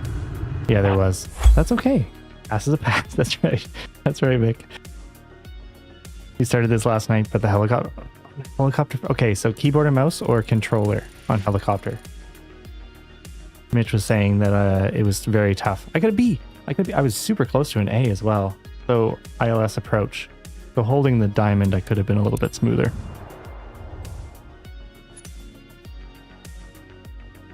It's fine. Are there bears here? I don't think. Didn't look like bear territory. IFR test. Time to prove what you can do. Call upon everything that you've learned and master the IFR flying challenge. You'll be asked to make hitting and altitude changes plus speed adjustments throughout this game. GG's. Process, thank you for the GG's, my man.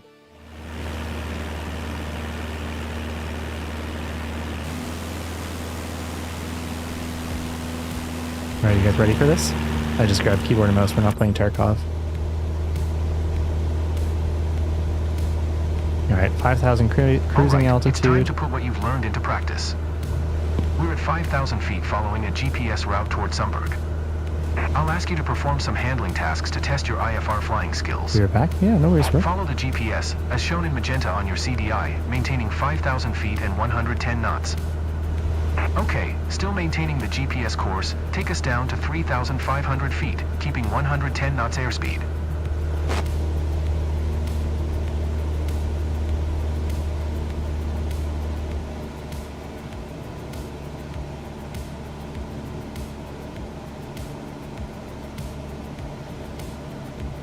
Alright, let's get down there. This is the part that I don't do fast enough for it. It like gets mad at me because I'm a little bit slow.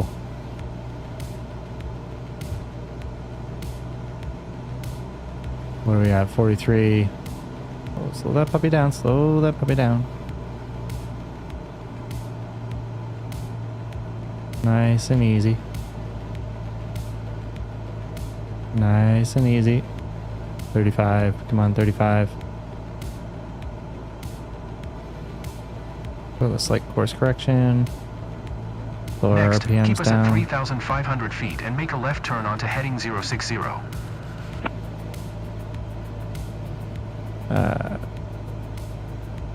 060.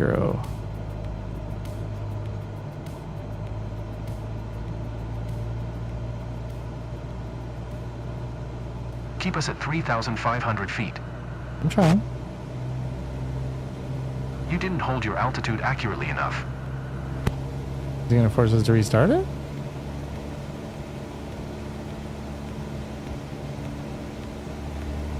Really All early. right, let's throw some other things your way. Please bring the speed back to 70 knots. Please bring the speed back to 70 knots. Okay.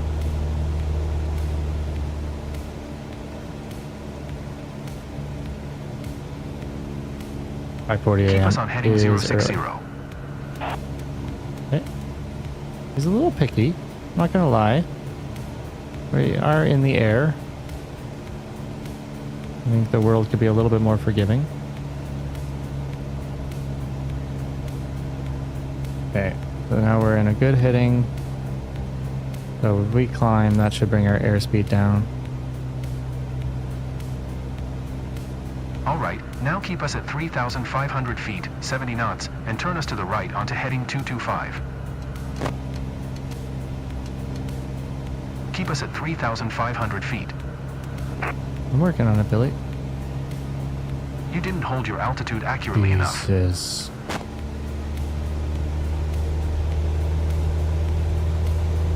Seriously?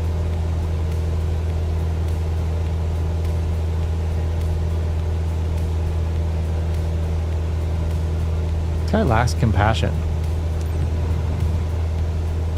Like, really lacks compassion. Watch the speed. We want 70 knots. You didn't Okay, say that? now get us back to 110 knots. Oh, now you want 110. Okay.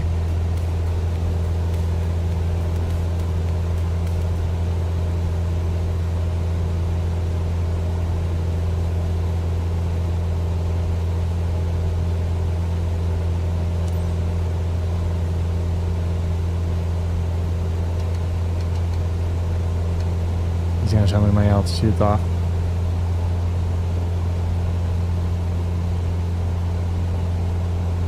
I am so focused, Process. What was my heading? Forget my heading. Well done, but there's room for improvement. You. This guy's totally a Charles. Anxious, is there turbulence? Don't tell me that. I have not experienced it yet. How you doing, Anxious? Hope you're having a beautiful day. Happy Saturday. I think we had a little bit of a side wind, but no low airspeed turn. Yeah, so the low airspeed turn, we failed a little bit. I'll take a B. I'll accept it. I'll accept it. IFR complete. That feels good. We landed. We did everything. All right, now do we go helicopter? Bush pilot, get the grips with skills required for gravel runways, mountain flying, water up. Okay. Helicopter. Bush pilot. Gliding course. F-18 maneuvers. We're not there yet. Introduction to airliners. Yeah, we're not there yet. All right, so what do you guys think? Helicopter, bush pilot, or gliding? Helicopter. Okay. Good answer, Steph. Get to know your first rotary aircraft. First helicopter training, you'll become familiar with the Cabri G2's rotary system and cockpit. Understand the use of helicopter flight controls. Identify classic six-pack instruments. Become familiar with the features unique to Cabri and EPM and MLI. Oh man, I'm so excited. I always wanted to fly a helicopter, so this is really, I'm pumped. Helicopter is hard as hell. Okay, don't tell me that. Mick, we are going to be A-okay, my man.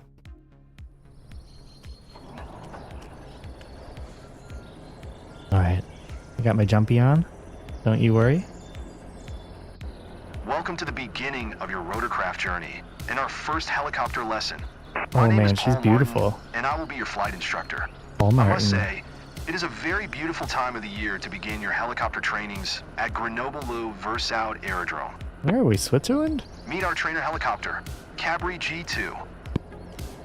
You already know how the flight control surfaces of airplanes work, right? But do you understand how a helicopter turns without ailerons and speeds up without elevator? No. Here, look at the Cabri's main Blade rotor. pitch. This is our main control surface. By tilting the main rotor disc forward, backward, left, or right, we can change the direction of the thrust vector and move the helicopter in a chosen direction. I do know that. As with I've most seen that on French-designed Smarter every day. helicopters, the main rotor blades advance in a clockwise direction. What do you think we need the tail rotor for? Walk closer and look Rotation at it. correction? By changing the tail rotor's thrust, we can control the direction that the nose of the helicopter points. The Cabri G2 utilizes a fenestrine-type tail rotor. It differs from a conventional open-tail rotor by being integrally housed within the tail Housed. bone. Now let's Cool. continue our training inside the cockpit.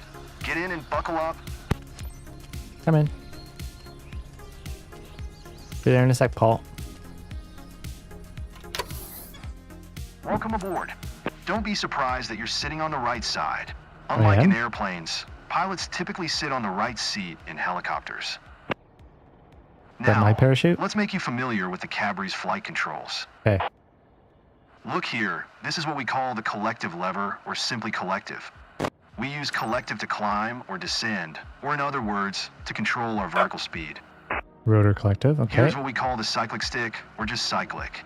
It looks similar to the airplane's stick, doesn't it? It behaves very similarly does. too, at least in forward flight.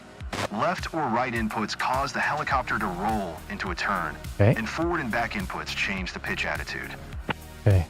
On the top of the cyclic stick, you can see a cyclic trim knob.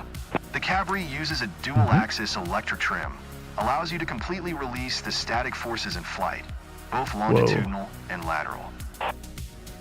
And finally, the anti-torque pedals, located in the same place as the rudder pedals in an airplane. Yeah. They serve a similar purpose, controlling the direction that the nose of the aircraft points. You know, did you hear that? In You a heard her hover bark? flight, they help you to control yaw and heading.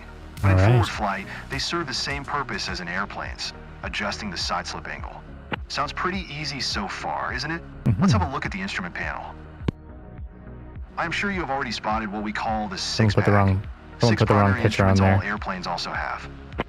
1, 2, Look at the 3, 4, altimeter, for instance. 6, 7. There's As 7. you see, the ground elevation here is around 720 feet. Okay. An interesting fact related to altitudes. In forward flight, a helicopter can fly much higher than when it's hovering. After our hovering training, you will understand why it's like that. Okay. Now look at the airspeed indicator. What can we learn just by looking at it? You can see right away that the indications start from 20 knots. The caution range lasts up to 45 knots, and you should never exceed 130 knots airspeed. Why should we be cautious when flying slow? I will show why in our next training. Hey, that sounds... Now, would you please look at the vertical speed indicator? It is very important to monitor VSI, especially on descent. If you descend faster than 300 feet per minute at low airspeed, you may settle your helicopter into its own downwash. Oh, This is called a shit. vortex ring state, and it is an emergency situation you will eventually learn to deal with. But for Okay. now, simply get used to monitoring your VSI, just like you monitor altitude, airspeed, and This is engine not a parameters. game. Another thing to remember while flying is to keep the fuselage in the correct streamline position. For that, we monitor the turn coordinator ball, just like we do in airplanes, or the more sensitive indicator, the yaw string, just like we do in gliders. The ball and the yaw string should be kept in the center. Is that a We yaw won't string? use other classic instruments much in our trainings, What? because we will mostly fly by visual references. However, you do need to know about the EPM. Oh, man, which auto stands for rotation is electronic amazing. pilot monitor. Let's start the engine and avionics to see it running. Yeah. Let's do that.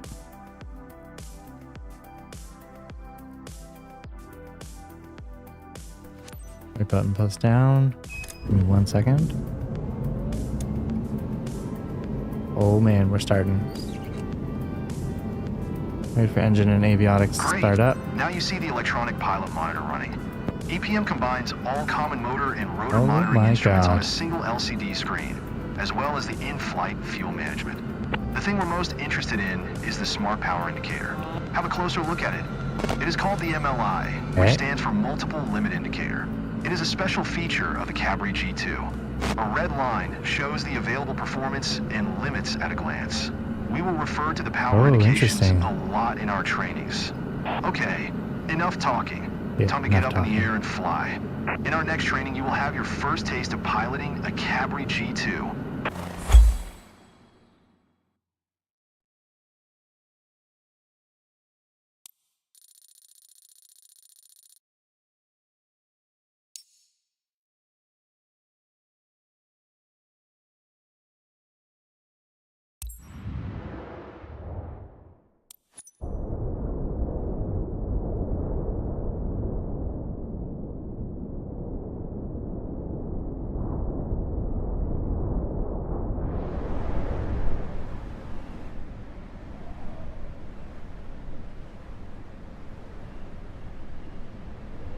Alright, basic maneuvers. First helicopter flight leaves you lasting impressions on everyone. This training will be practiced straight and level flight.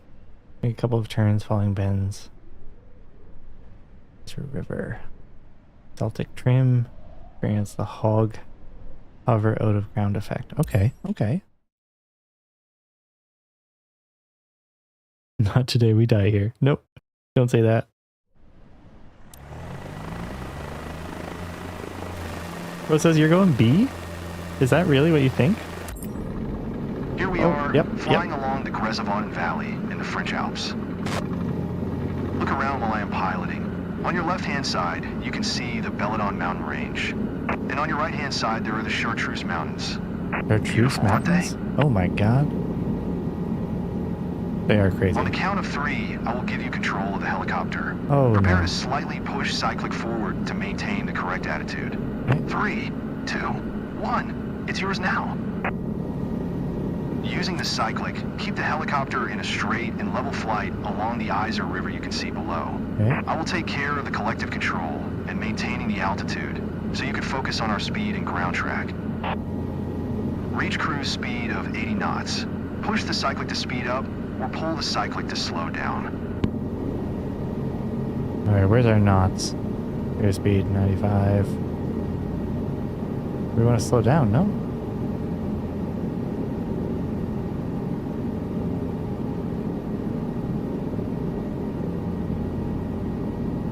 Our airspeed's too high. How does he want us? I thought he was going to slow down airspeed. Whoa, whoa, whoa, okay. So we get the same tail controls. Now try to maintain 80 knots through all maneuvers. Okay, I don't think we have control over speed though. That's the... To maintain the same speed, try to remember the position of the horizon line and maintain it visually in the same place.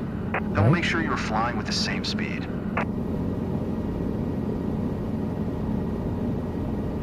Okay, small adjustments. Mimo, that's not the attitude. Keep flying straight until the river begins curving to the right.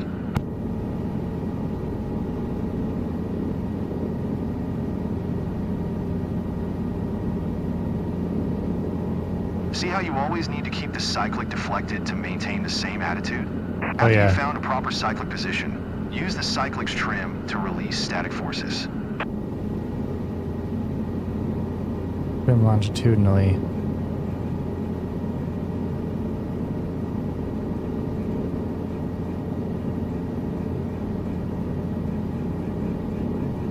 Come on, trim.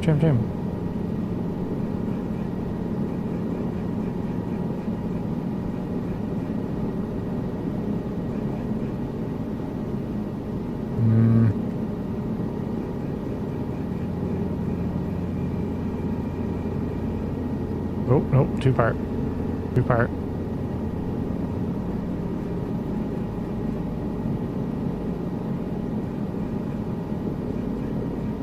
Trim is like super sensitive. Yeah, I think that's it. I think we got it.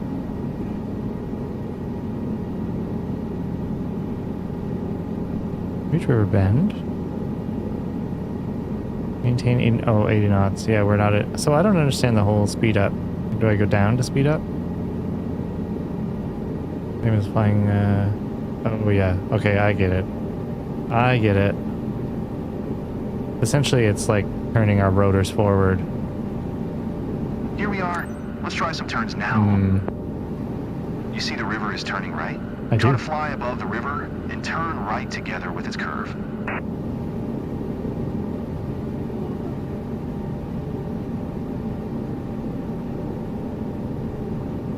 Maintain 80 knots airspeed. We gotta bring our...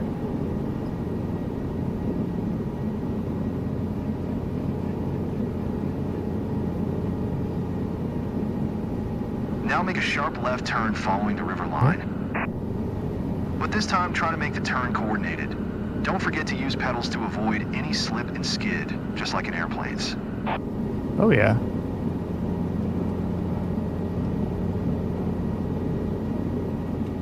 Very gentle on the stick.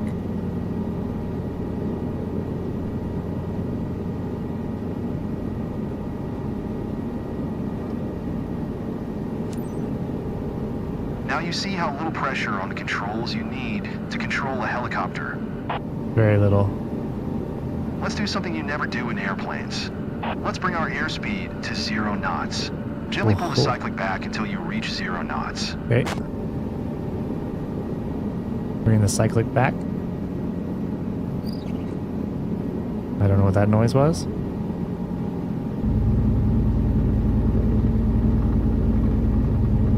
Is that a normal noise? This is called hovering out of ground effect. Feels interesting for airplane pilots, doesn't it? Keep the cyclic back to maintain 0 knots airspeed. Now try to use your trim to move the neutral position of your cyclic. You can trim the helicopter when you hover, when you climb, or when you are in cruise. This releases the forces on the stick and lets you better feel the controls.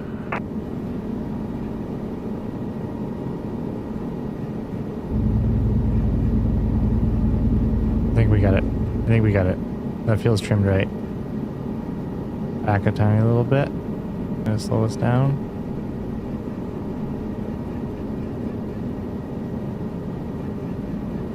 Surprisingly, the trim is a very slow adjustment.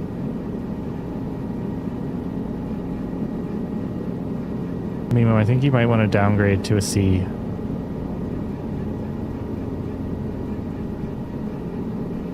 Nice. But just when you thought flying helicopters is all easy, I want to admit that currently I'm helping you stabilize our helicopter. Got You it. see, since we slowed down, the airflow over the tail is not enough to counteract the helicopter's rotating tendencies anymore. Okay. So I keep pushing the right pedal and adjusting our cyclic a little to stabilize our flight. Let me show you what happens when I stop helping you. Nothing, because Okay, I'm doing it. I am assisting you again. Don't let these rotating tendencies scare you. There was It is a nothing. fun He did challenge, nothing. and you will master it in no time during our next trainings. As for our today's lesson, I believe a little more practice with maintaining the correct speed would do you good. I would even recommend reviewing your old airplane trainings related to attitude and turns. They're vicious. They are vicious. I don't think that was... I gotta see. We gotta try that again. Now that we kind of like... Now that we get it, I think we can do it again. We're gonna bring it back. Basic maneuvers. Okay. Here we are, flying along the Grezevon Valley in the French Alps. Look around while I am piloting. We're just On gonna your slightly left-hand improve. side, you can see the Belladon Mountain Range. And on your right-hand side, there are the Chartreuse Mountains. Beautiful, aren't they? Yes. On the count of 3, I will give you control of Too the low, helicopter. too low. Below. Prepare to slightly push cyclic What? forward to Below? maintain the correct attitude. 3, joking 2, cat. 1. It's yours now. Okay. Okay. Too much, too much. Bring it back, bring it back. Bring it back. Using the cyclic, keep the helicopter in a straight and level flight along the Iser River you can see below. I will take care of the collective control and maintaining the altitude, so you can focus on our speed and ground track. Reach cruise speed of 80 knots. Push the cyclic to speed up, or pull the cyclic to slow Right. down.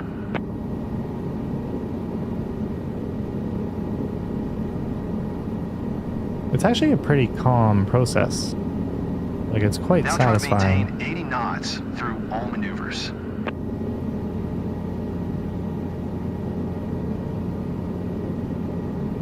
To maintain the A little same bit speed, fast. try to remember the position of the horizon line and maintain it visually in the same place. That will make sure you are flying with the same speed. Okay. You bring it back a tiny little bit. They give us like a good 5-knot Keep buffer. flying straight until the river begins curving to the right.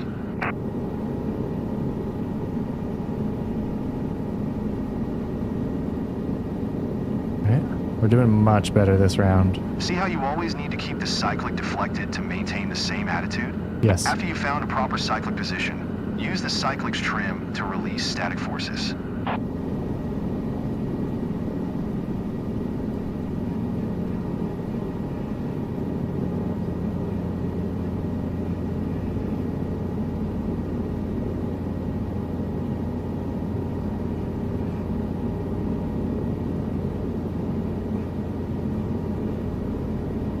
Too much, too much.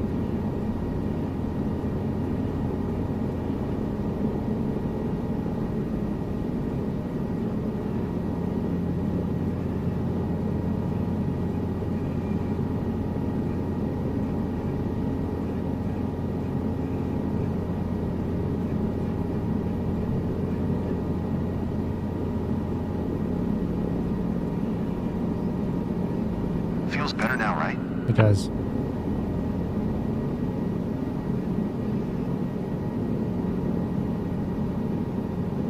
Okay, we got this. We got this.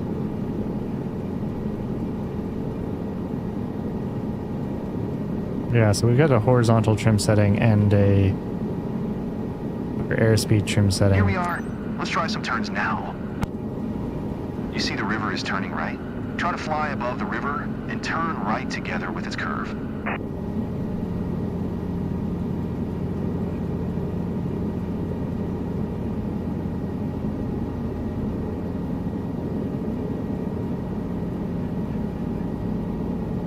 Let's bring our trim back some. We are going too fast.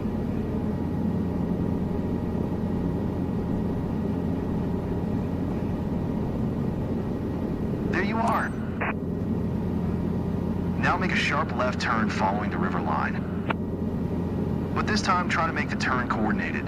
Don't forget to use pedals to avoid any slip and skid, just like in airplanes.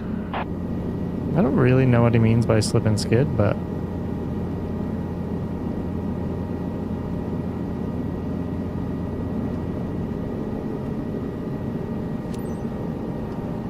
Now you see how little pressure on the controls you need to control a helicopter.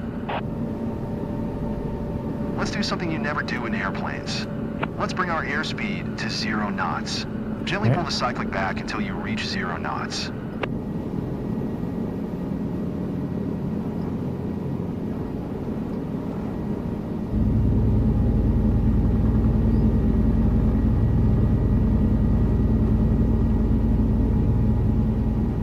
okay, we got this. We got this.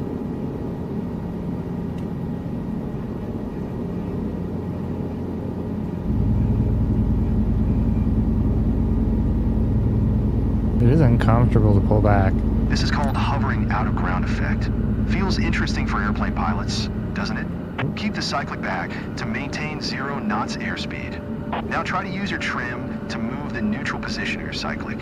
You can trim the helicopter when you We're in hover, trouble. We're when in you trouble. climb, or when you are in cruise.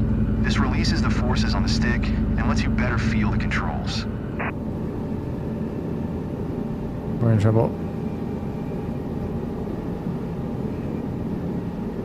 Trying to adjust our trim.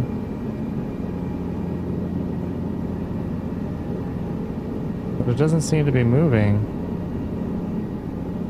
There we go.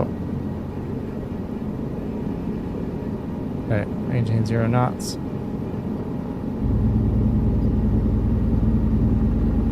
This is called hovering out of ground effect. Feels No, I interesting don't- for airplane pilots.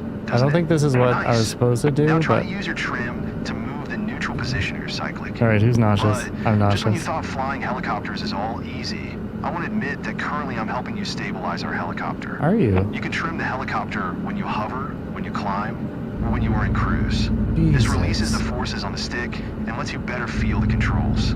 You see, since we slowed down, the airflow over the tail Are is we not flipping? enough to counteract the helicopter's rotating tendencies anymore. Oh no, we're gonna This is called crash. hovering out of ground effect.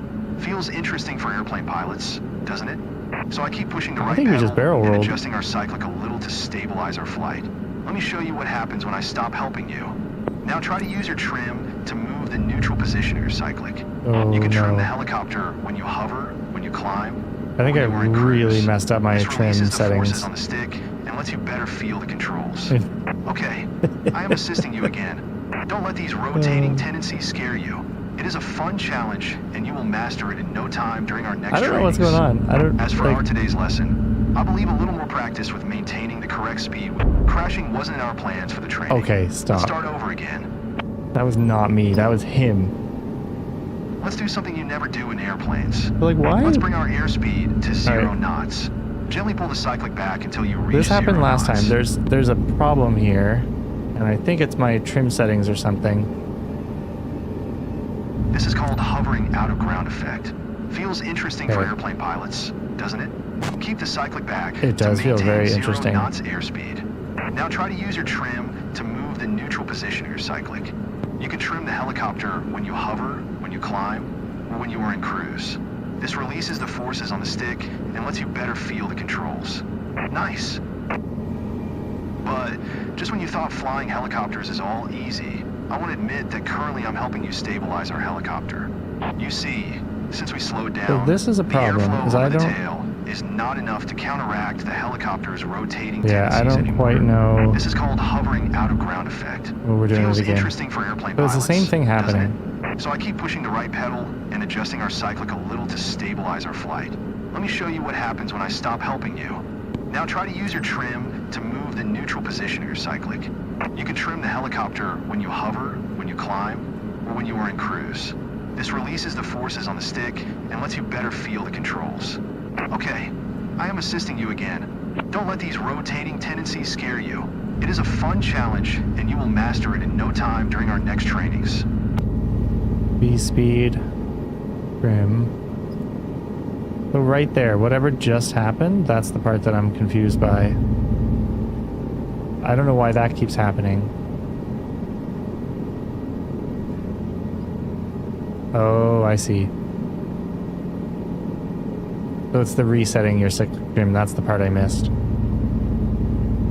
So as you slow down, you can reset your cyclic trim, so you're not like trimming for fast speed and a lot of corrections. Oh, okay. Def, I was flying it. But there was a issue. I wasn't resetting my cyclic trim, so I wasn't able to like actually hover, because I had my trim settings for compensating for speed. I don't know what we're waiting for. I've done that. Sure. Perfect now. No? Did I break them?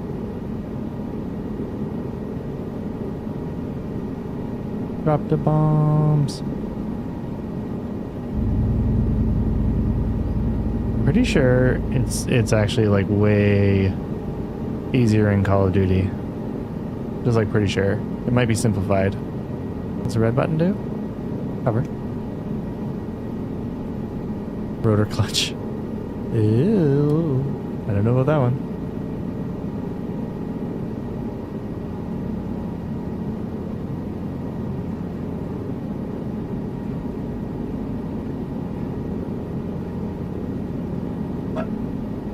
Nova.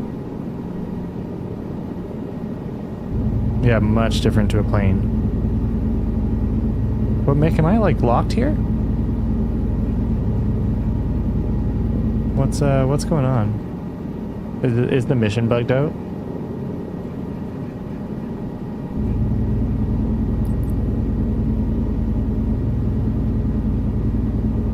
I think my mission's bugged out. Oh.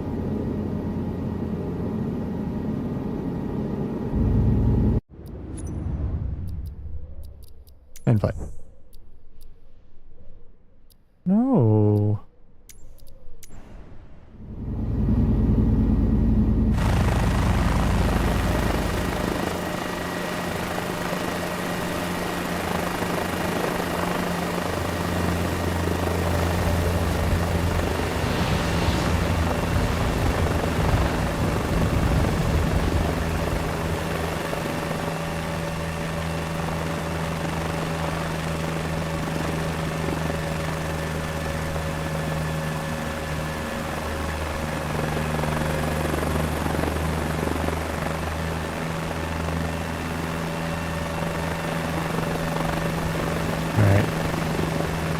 We don't yet. Do I have speed control? I don't think I have speed control. I don't really know. Yeah, it seems like yes.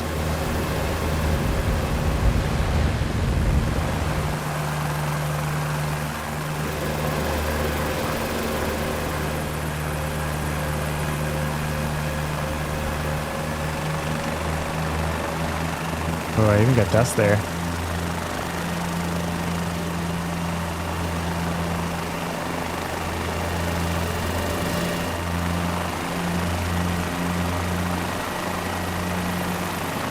I wish I had a speed control, but I don't. Oh, yeah, we might go down here. All right. Nice.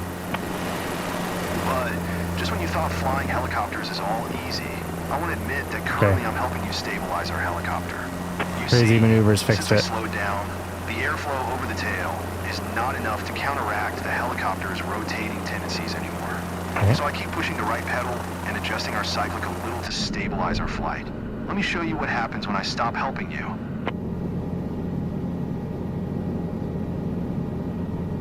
I didn't even notice. Okay, I am assisting you again. Don't let Yeah, these I didn't notice rotating any change tendencies there. scare you. It is a fun challenge, and I you will unbugged master it. it in I no unbugged time it with during my our almost next crash. trainings. I think you can, Steph, I think you can, but it's once you get into actually owning the helicopters in the game, then you're able to. Like when you're setting it for your fleet and stuff.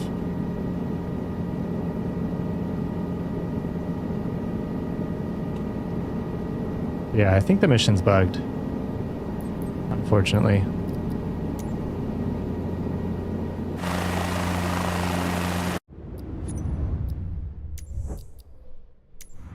Yeah.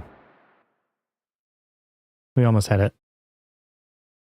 I think maybe, well, now that I know how to reset, that's going to be a massive difference. Here we are, flying along the Grezavon Valley in the French Alps. We got to get used to the Look speed around and while stuff I'm ourselves. piloting. On Take your jobs and left-hand get side, you can complaining see the passengers. Bellinard Really? Mountain Do you Range. actually? And on your right-hand side, there are the Chartreuse Mountains. Steph, that's our spelling versus American spelling. Joker Cat's being silly. We use a U and they don't use a U.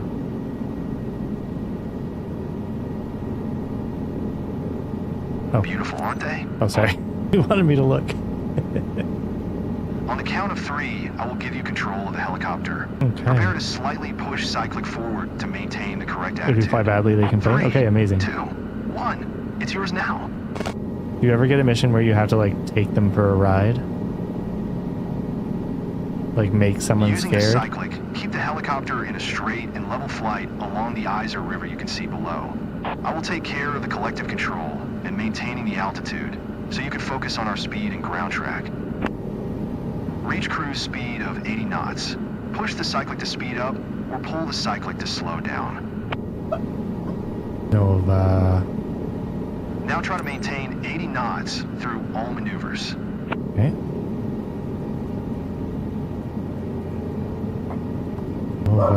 To maintain the same speed, try to remember the position of the horizon line and maintain it visually in the same place. That will make sure you're flying with the same speed.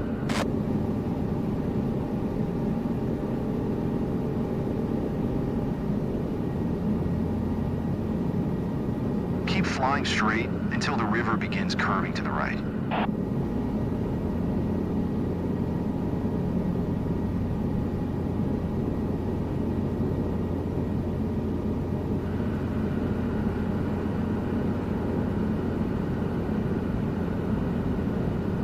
Come a long way since flying upside down in DMZ. Thanks, man. After you've found a proper cyclic position, use the cyclic's trim to release static forces. Not doing so well with the cyclic trim Feels this better round. now, right? It does not because I didn't have it set, but I appreciate your vote of confidence. See how that goes. I think that's it. A little bit back. You were a little aggressive on it.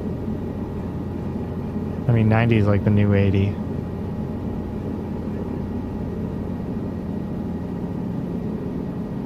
We'll bring it back a little bit manually and a little bit with our trim. Flying up to, yeah, you're totally right, Rook. You're totally right. It was not easy, my man. Small corrections. It's all about small corrections.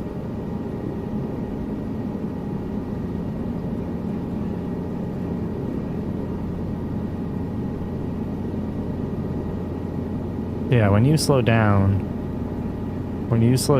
you really have to Here we reset the are. cyclic Let's trim try some because turns now.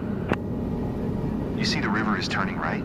Try to do. fly above the river and turn right together with its curve. he just wants me to go 80. I just want to like dig deep.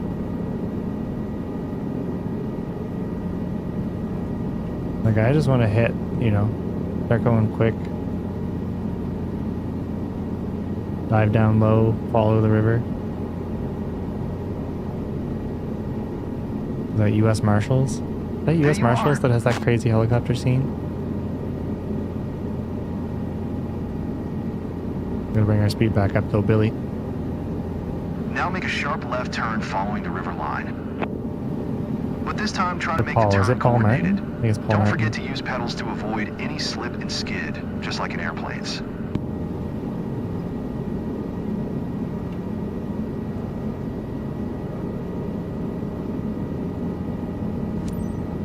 Now you Whoops. see how little pressure on the controls you need I'll let to go of control it a there. helicopter. Let's do something you never do in airplanes. Let's bring our airspeed to 0 knots. Gently pull the cyclic back until you reach 0 knots. Okay.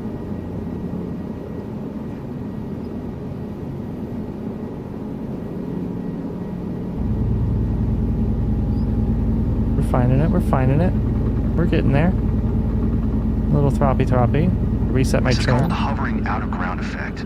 Feels interesting for airplane pilots, Nope. doesn't it? Don't you Keep do the it. cyclic back to maintain 0 knots airspeed. Now try to use your trim to move the neutral position of your cyclic. You can trim the helicopter when you hover, when you climb, or when you are in cruise. This releases the forces on the stick and lets you better feel the controls. Nice. But just when you thought flying helicopters is all easy, I want to admit that currently I'm helping you We did it. stabilize our We did it. helicopter. You see, since we Very slowed down, unfortunate. It's time to the fly low. airflow over the tail That's the rules, is yeah. not enough to counteract the helicopter's rotating tendencies anymore. We'll get there. So I We'll keep get pushing there. the We'll do right the pedal missions. and adjusting our cyclic a little to stabilize our flight. Like the water drops Let me and show stuff you like what that. happens when I stop helping Alright, you. let's see if this actually makes an effect. Yeah, something's broken with that, because we should have Okay, a... I am assisting you again. Don't let these rotating tendencies scare you. we should have a It is change there fun when he lets go challenge, that we and you will don't have. master it in no time during our next trainings. As for our today's lesson, I believe a little more practice with maintaining the correct speed would do you good. I would even recommend reviewing your old airplane trainings related to attitude and turns.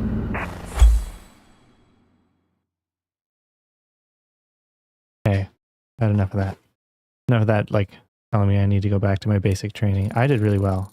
I had a C again? Stop it. Oh. Alright, collective. Here's your key to vertical flight. Taking off to a hover. Changing hovering altitude and landing from a hover. Ooh, these are all fun ones. This is nice. I hope this is all done like pretty close to ground, but we'll see.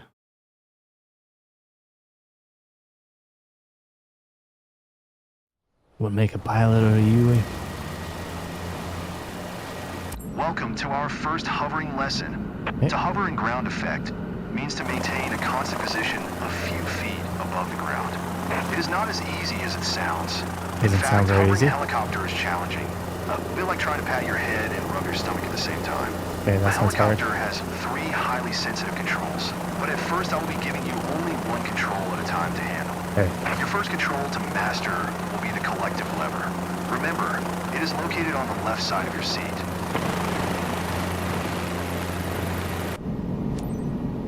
The collective controls your height above the ground. We will use it to take off to a hover. When you raise the collective control, the pitch angles of the main rotor blades increase. This increases lift, and the helicopter climbs. When you lower the collective, pitch angles decrease. This decreases lift, so the helicopter descends. Easy, right? How do I Another do thing it we will need today without is staring the at it, EPM, though? which stands for Electronic Pilot Monitor. You might remember it from our previous lesson. Today you will learn I found monitoring it, but I power don't know what it percentage was. with a multiple limit indicator.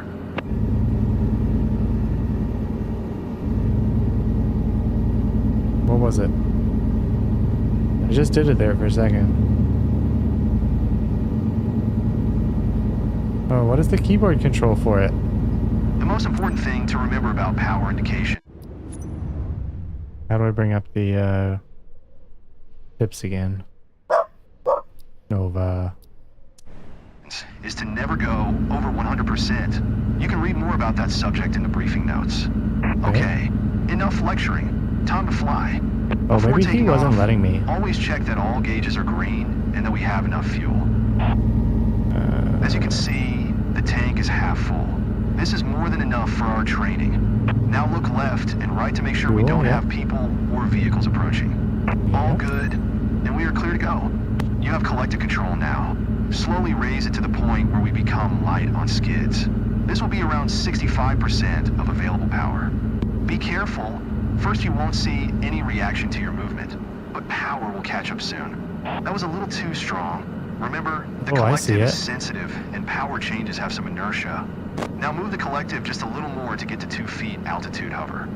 Lower the collective all the way down extremely slowly and try again. You will get there, and don't mind us moving laterally.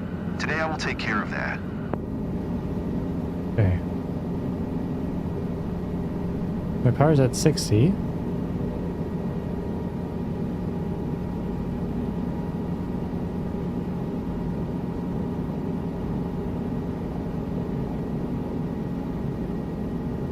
$80.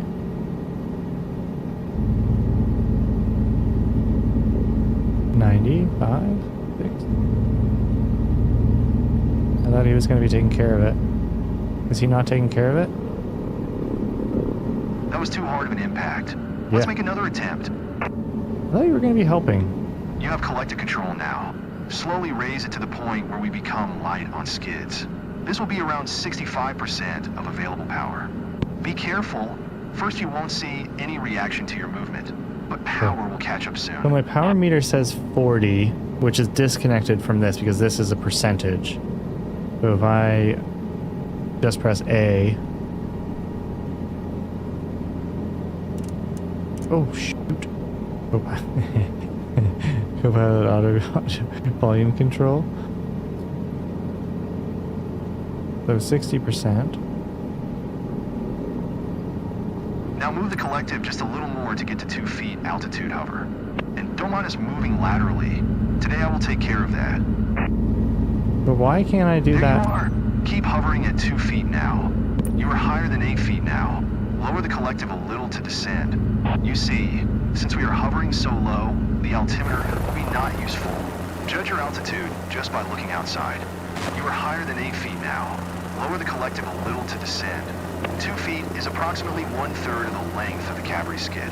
I am not 8 feet in the You are sky. higher than 8 feet now. Lower the collective a little to descend. Is he crazy? You are higher than 8 feet now. Lower the collective a little to descend. I'm literally on the ground.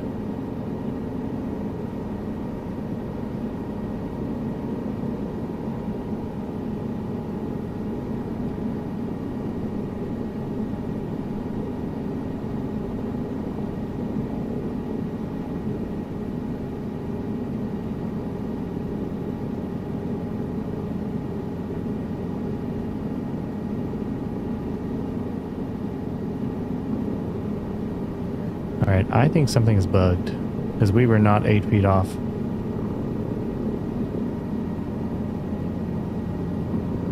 So I can get like... You are higher than 8 feet now. Lower the collective a little to descend. You are higher than 2 feet now. Lower collective a bit to descend. You are higher than 8 feet now. Lower the collective a little to descend. You are higher than 8 feet now. Lower the collective a little to descend. I think something's off. Something's weird.